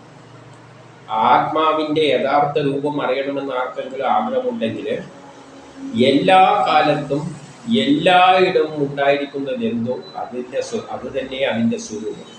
പ്രപഞ്ചം ഉണ്ടായാലും ഇല്ലെങ്കിലും എല്ലായിടത്തും എല്ലാമുള്ള സംഗതി എന്താണോ അതാണ് ബ്രഹ്മം, അതിൻ്റെ സ്വരൂപം. എല്ലാ കാലത്തും ഉണ്ട്. ഈ ലോകം ഇല്ലെങ്കിലും അതുണ്ട്, ലോകം ഉണ്ടായാലും ഉണ്ട്, എവിടെ നോക്കിയാലും അതുണ്ട്. അതാണ് അതിൻ്റെ സ്വരൂപം. ആ സ്വരൂപത്തിൽ അതിനെ മനസ്സിലാക്കണം. അല്ലാതെ അത് ഏതെങ്കിലും ഒന്നിൽ ഉൾക്കൊള്ളവനാണ് എന്ന നിലയിൽ ചിന്തിക്കാൻ പാടില്ല. ഇനി 36. ഉത്കൃഷ്ടമായ സമാധിയിലൂടെ ഈ സിദ്ധാന്തത്തെ അറിയുക. അതുകൊണ്ട് എന്ത് വേണം? ഉത്കൃഷ്ടമായ സമാധി. സമാധി എന്ന് പറഞ്ഞാൽ എല്ലാ ശരീരങ്ങളെയെല്ലാം ഏകീകരിച്ചിട്ട് ആ ബ്രഹ്മത്തിൽ തന്നെ ശ്രദ്ധ കേന്ദ്രീകരിച്ചുകൊണ്ട് അവസാനം ആ ബ്രഹ്മവുമായി ചേരുന്ന അവസരത്തിൽ നിന്ന് കഴിഞ്ഞാൽ മാത്രമേ ആ സിദ്ധാന്തത്തെ മനസ്സിലാവുകയുള്ളൂ. അല്ലാതെ നമുക്കൊന്നും മനസ്സിലാക്കാൻ പോകുന്നില്ല. ഓരോ കൽപ്പത്തിലും ഉള്ള സൃഷ്ടി സമയത്ത് അങ്ങ് ഒരിക്കലും വ്യാമോഹത്തിൽ അകപ്പെടില്ല. അതുകൊണ്ട് ഇങ്ങനെ അതേപോലെ നിൽക്കുകയാണെങ്കിൽ ഒരു കൽപ്പത്തിലും, ഓരോ കൽപ്പത്തിലും സൃഷ്ടി നടത്തേണ്ട ഈ ബ്രഹ്മാവ് തന്നെയാണ്. ആ സൃഷ്ടി സമയത്ത് നീ ഒരിക്കലും വ്യാമോഹത്തിലാകപ്പെടില്ല. അപ്പം നമ്മൾ കർമ്മം ചെയ്യുമ്പോൾ നമ്മൾ ബ്രഹ്മാവ് ചെയ്ത് തന്നെയാണ് നമ്മൾ ചെയ്യേണ്ട. ഉപദേശം നമുക്കും കൂടിയതാണ്. നമ്മളെന്തെങ്കിലും കർമ്മം ചെയ്യുന്നുണ്ടെങ്കിൽ വ്യാമോഹത്തിലൊന്നും അകപ്പെടാതെ ചെയ്തു കൊടുക്കുക. അതുവഴി ബ്രഹ്മാവും സമാധിസ്ഥനായി നിന്നുകൊണ്ട് ബ്രഹ്മത്തിൽ മാത്രം മനസ്സ് കേന്ദ്രീകരിച്ചുകൊണ്ട് ബാക്കി ഒന്നിലും എടുക്കാതെ ഒരു യാന്ത്രികമായിട്ട് കർമ്മം ചെയ്തു പോകുക. അപ്പോൾ സൃഷ്ടി നടത്തിക്കൊണ്ടിരിക്കുക. അപ്പം ബ്രഹ്മാവ് എന്താ ചെയ്യുന്നത്? ഒന്നിലും തലയിടാതെ അതിനെ മാത്രം ചിന്തിച്ചുകൊണ്ടാണ് സൃഷ്ടിയെല്ലാം നടക്കുന്നത്. അതുപോലെ തന്നെയാണ് വിഷ്ണുവും ചെയ്യുന്നത്. അതിനെ മാത്രം ചിന്തിച്ചുകൊണ്ട് അതതിൻ്റെ ജോലിയെല്ലാം ചെയ്യുകയാണ്. അങ്ങനെയുള്ള വിഷ്ണുവിൻ്റെ അടുത്തേക്കും കൃഷ്ണൻ്റെ അടുത്തേക്കും നമ്മൾ പോയിട്ട് എന്തെങ്കിലും പറഞ്ഞാൽ അങ്ങ് തല കൊടുക്കില്ല. കാരണം അങ്ങേരെ ശ്രദ്ധ മുഴുവൻ അവിടെയാണ്. നമ്മൾ പറയുന്നത് കേൾക്കാനൊന്നും അത് നിൽക്കാൻ പോകുന്നില്ല. അതുകൊണ്ട് ഇവരോടൊന്നും പറഞ്ഞിട്ട് ഒരു കാര്യമില്ല. അങ്ങനെ 37 ശ്രീശുകൻ പറയുന്നു, പിറവില്ലാത്ത ശ്രീഹരി. അപ്പോൾ ശ്രീഹരി എന്നത് ജനനമില്ലാത്തവനാണ്, അത് ബ്രഹ്മമാണ്. പിറവിട എടുത്തവനായ പിറവി എടുത്തവരുടെ ആധിപത്യം വഹിച്ച ബ്രഹ്മാവിനോട്, ശ്രീഹരി പിറവി എടുത്തതല്ല, പക്ഷെ എല്ലാ സൃഷ്ടിക്ക് പിന്നിലും പ്രവർത്തിക്കുന്ന ബ്രഹ്മാവിനോട് ഇപ്രകാരം ഉപദേശിച്ച ശേഷം തൻ്റെ രൂപത്തെ മറച്ചു. അപ്പം അദ്ദേഹത്തിൻ്റെ മനസ്സിൽ ഇങ്ങനെ വേദങ്ങളെല്ലാം ഉണ്ടായി വന്നു എന്ന നിലയിൽ കണ്ടാൽ മതി. അദ്ദേഹത്തിന് ആ ജ്ഞാനം കിട്ടി എന്ന നിലയിൽ കണ്ടാൽ മതി. ഇതൊരു മനുഷ്യനൊന്നുമല്ല. സൃഷ്ടിക്കിറങ്ങുമ്പോൾ ആ ശക്തിക്ക് ബ്രഹ്മത്തിൽ നിന്നാണ് പ്രേരക ശക്തി വരുന്നത്. ഈ പ്രപഞ്ചം സൃഷ്ടിക്കാരൻ്റെ പിന്നിലുള്ള ബ്രഹ്മത്തിൻ്റെ പ്രേരക ശക്തിയാലാണ് ഈ ബ്രഹ്മാവെന്ന ശക്തി, സൃഷ്ടിക്ക് പിന്നിലുള്ള ശക്തി വരുന്നത്. അപ്പോൾ സൃഷ്ടിക്കുൾ വരുന്ന ശക്തി ആ ബ്രഹ്മത്തിൽ നിന്ന് അതിന് വേണ്ട എല്ലാ ജ്ഞാനവും ഓട്ടോമാറ്റിക്കായിട്ട് വരും. അത് കിട്ടി എന്ന നിലയിൽ കണ്ടാൽ മതി. 38 ആ സർവഭൂതസ്വരൂപനായ ആ ബ്രഹ്മദേവൻ അങ്ങനെ അവ്യക്തമായ ശ്രീഹരിയെ കണ്ടുകൊണ്ട് അപ്രത്യക്ഷമായ ശ്രീഹരിയെ കണ്ടുകൊണ്ട്, അങ്ങനെ ആ സർവഭൂതസ്വരൂപനായ ബ്രഹ്മാവ് അപ്രത്യക്ഷമാകുന്ന ആ ശ്രീഹരിയെ കണ്ടുകൊണ്ട് കൈകൂപ്പി വണങ്ങി. എന്നിട്ട് അദ്ദേഹം എന്ത് ചെയ്തു? ആ കിട്ടിയ തത്വം അനുസരിച്ച് ഭൂലോകത്തെ മുറ പോലെ സൃഷ്ടിച്ചു. അവിടെ പറയുന്ന ആ ക്രമത്തിൽ തന്നെ സൃഷ്ടിച്ചു. ഇനി 39 ബ്രഹ്മദേവൻ എന്ത് ചെയ്തിട്ടുണ്ട്? ഒരിക്കൽ പ്രജകളുടെ നന്മയെ ആഗ്രഹിച്ചുകൊണ്ട് യമനിയമങ്ങൾ അനുഷ്ഠിച്ചു. നമ്മൾ ബ്രഹ്മസാക്ഷാത്കാരത്തിന് പോകുന്നതിനെക്കാട്ടി മുമ്പിൽ മനുഷ്യരെന്ത് വേണം? യമ നിയമങ്ങൾ പാലിക്കണം. അതായത് നമ്മൾ നിസ്വാർത്ഥമായി ആ യമനിയമങ്ങളിലെല്ലാം പറയുന്നത് എന്താണ്? നമുക്ക് വേണ്ടിയല്ല ഒരാഗ്രഹമില്ലാതെ എല്ലാം ആ ശക്തിക്ക് വേണ്ടി, അതിനു വേണ്ടി എന്ന നിലയിൽ കർമ്മം ചെയ്യുക. അതെല്ലാം പാലിച്ചുകൊണ്ട് തന്നെയാണ് അദ്ദേഹം എന്ത് ചെയ്തിരിക്കുന്നത്? സൃഷ്ടി നടത്തിയിരിക്കുന്നത്. 40 മുതൽ 43 വരെ. പിതൃസ്വത്തുക്കളുടെ അവകാശികളായവർ മക്കളിൽ പിതാവിൻ്റെ സ്വത്തിന് അവകാശികളായവരിൽ മക്കളിൽ ഏറ്റവും പ്രിയങ്കരനും ബ്രഹ്മാവിൻ്റെ മാനസപുത്രന്മാരിൽ ഏറ്റവും പ്രിയങ്കരനാരാണ്? നാരദനാണെന്ന് ഇവിടെ പറഞ്ഞു കൊണ്ടുവരുന്നത്. പ്രിയങ്കരനും അനുസരണശീലമുള്ള, ഭയങ്കര അനുസരണശീലമാണ്.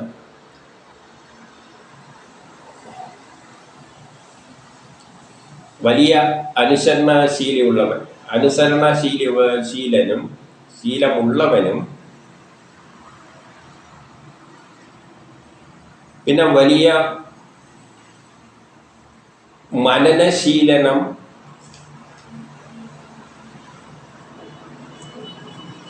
മനനം ചെയ്യുവാൻ കഴിവുള്ളവനും പരമഭക്തനുമായ ശ്രീ നാരദൻ. അപ്പോൾ ഒരു ദിവസം നാരദനും, അതായത് ഒരു വർണ്ണനയാണ്, പിതാവിൻ്റെ ഏറ്റവും അനുസരണയുള്ള മകനായ നാരദൻ മഹാവിഷ്ണുവിൻ്റെ മായയെക്കുറിച്ച് അറിയുവാൻ ആഗ്രഹിച്ച്, അപ്പം ആരടുത്ത് പോയി ചോദിച്ചാൽ മതി?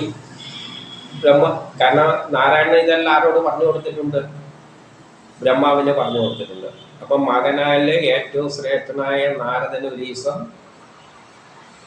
അച്ഛനെ സമീപിച്ച്, അല്ലെങ്കിൽ ബ്രഹ്മാവിനെ സമീപിച്ച്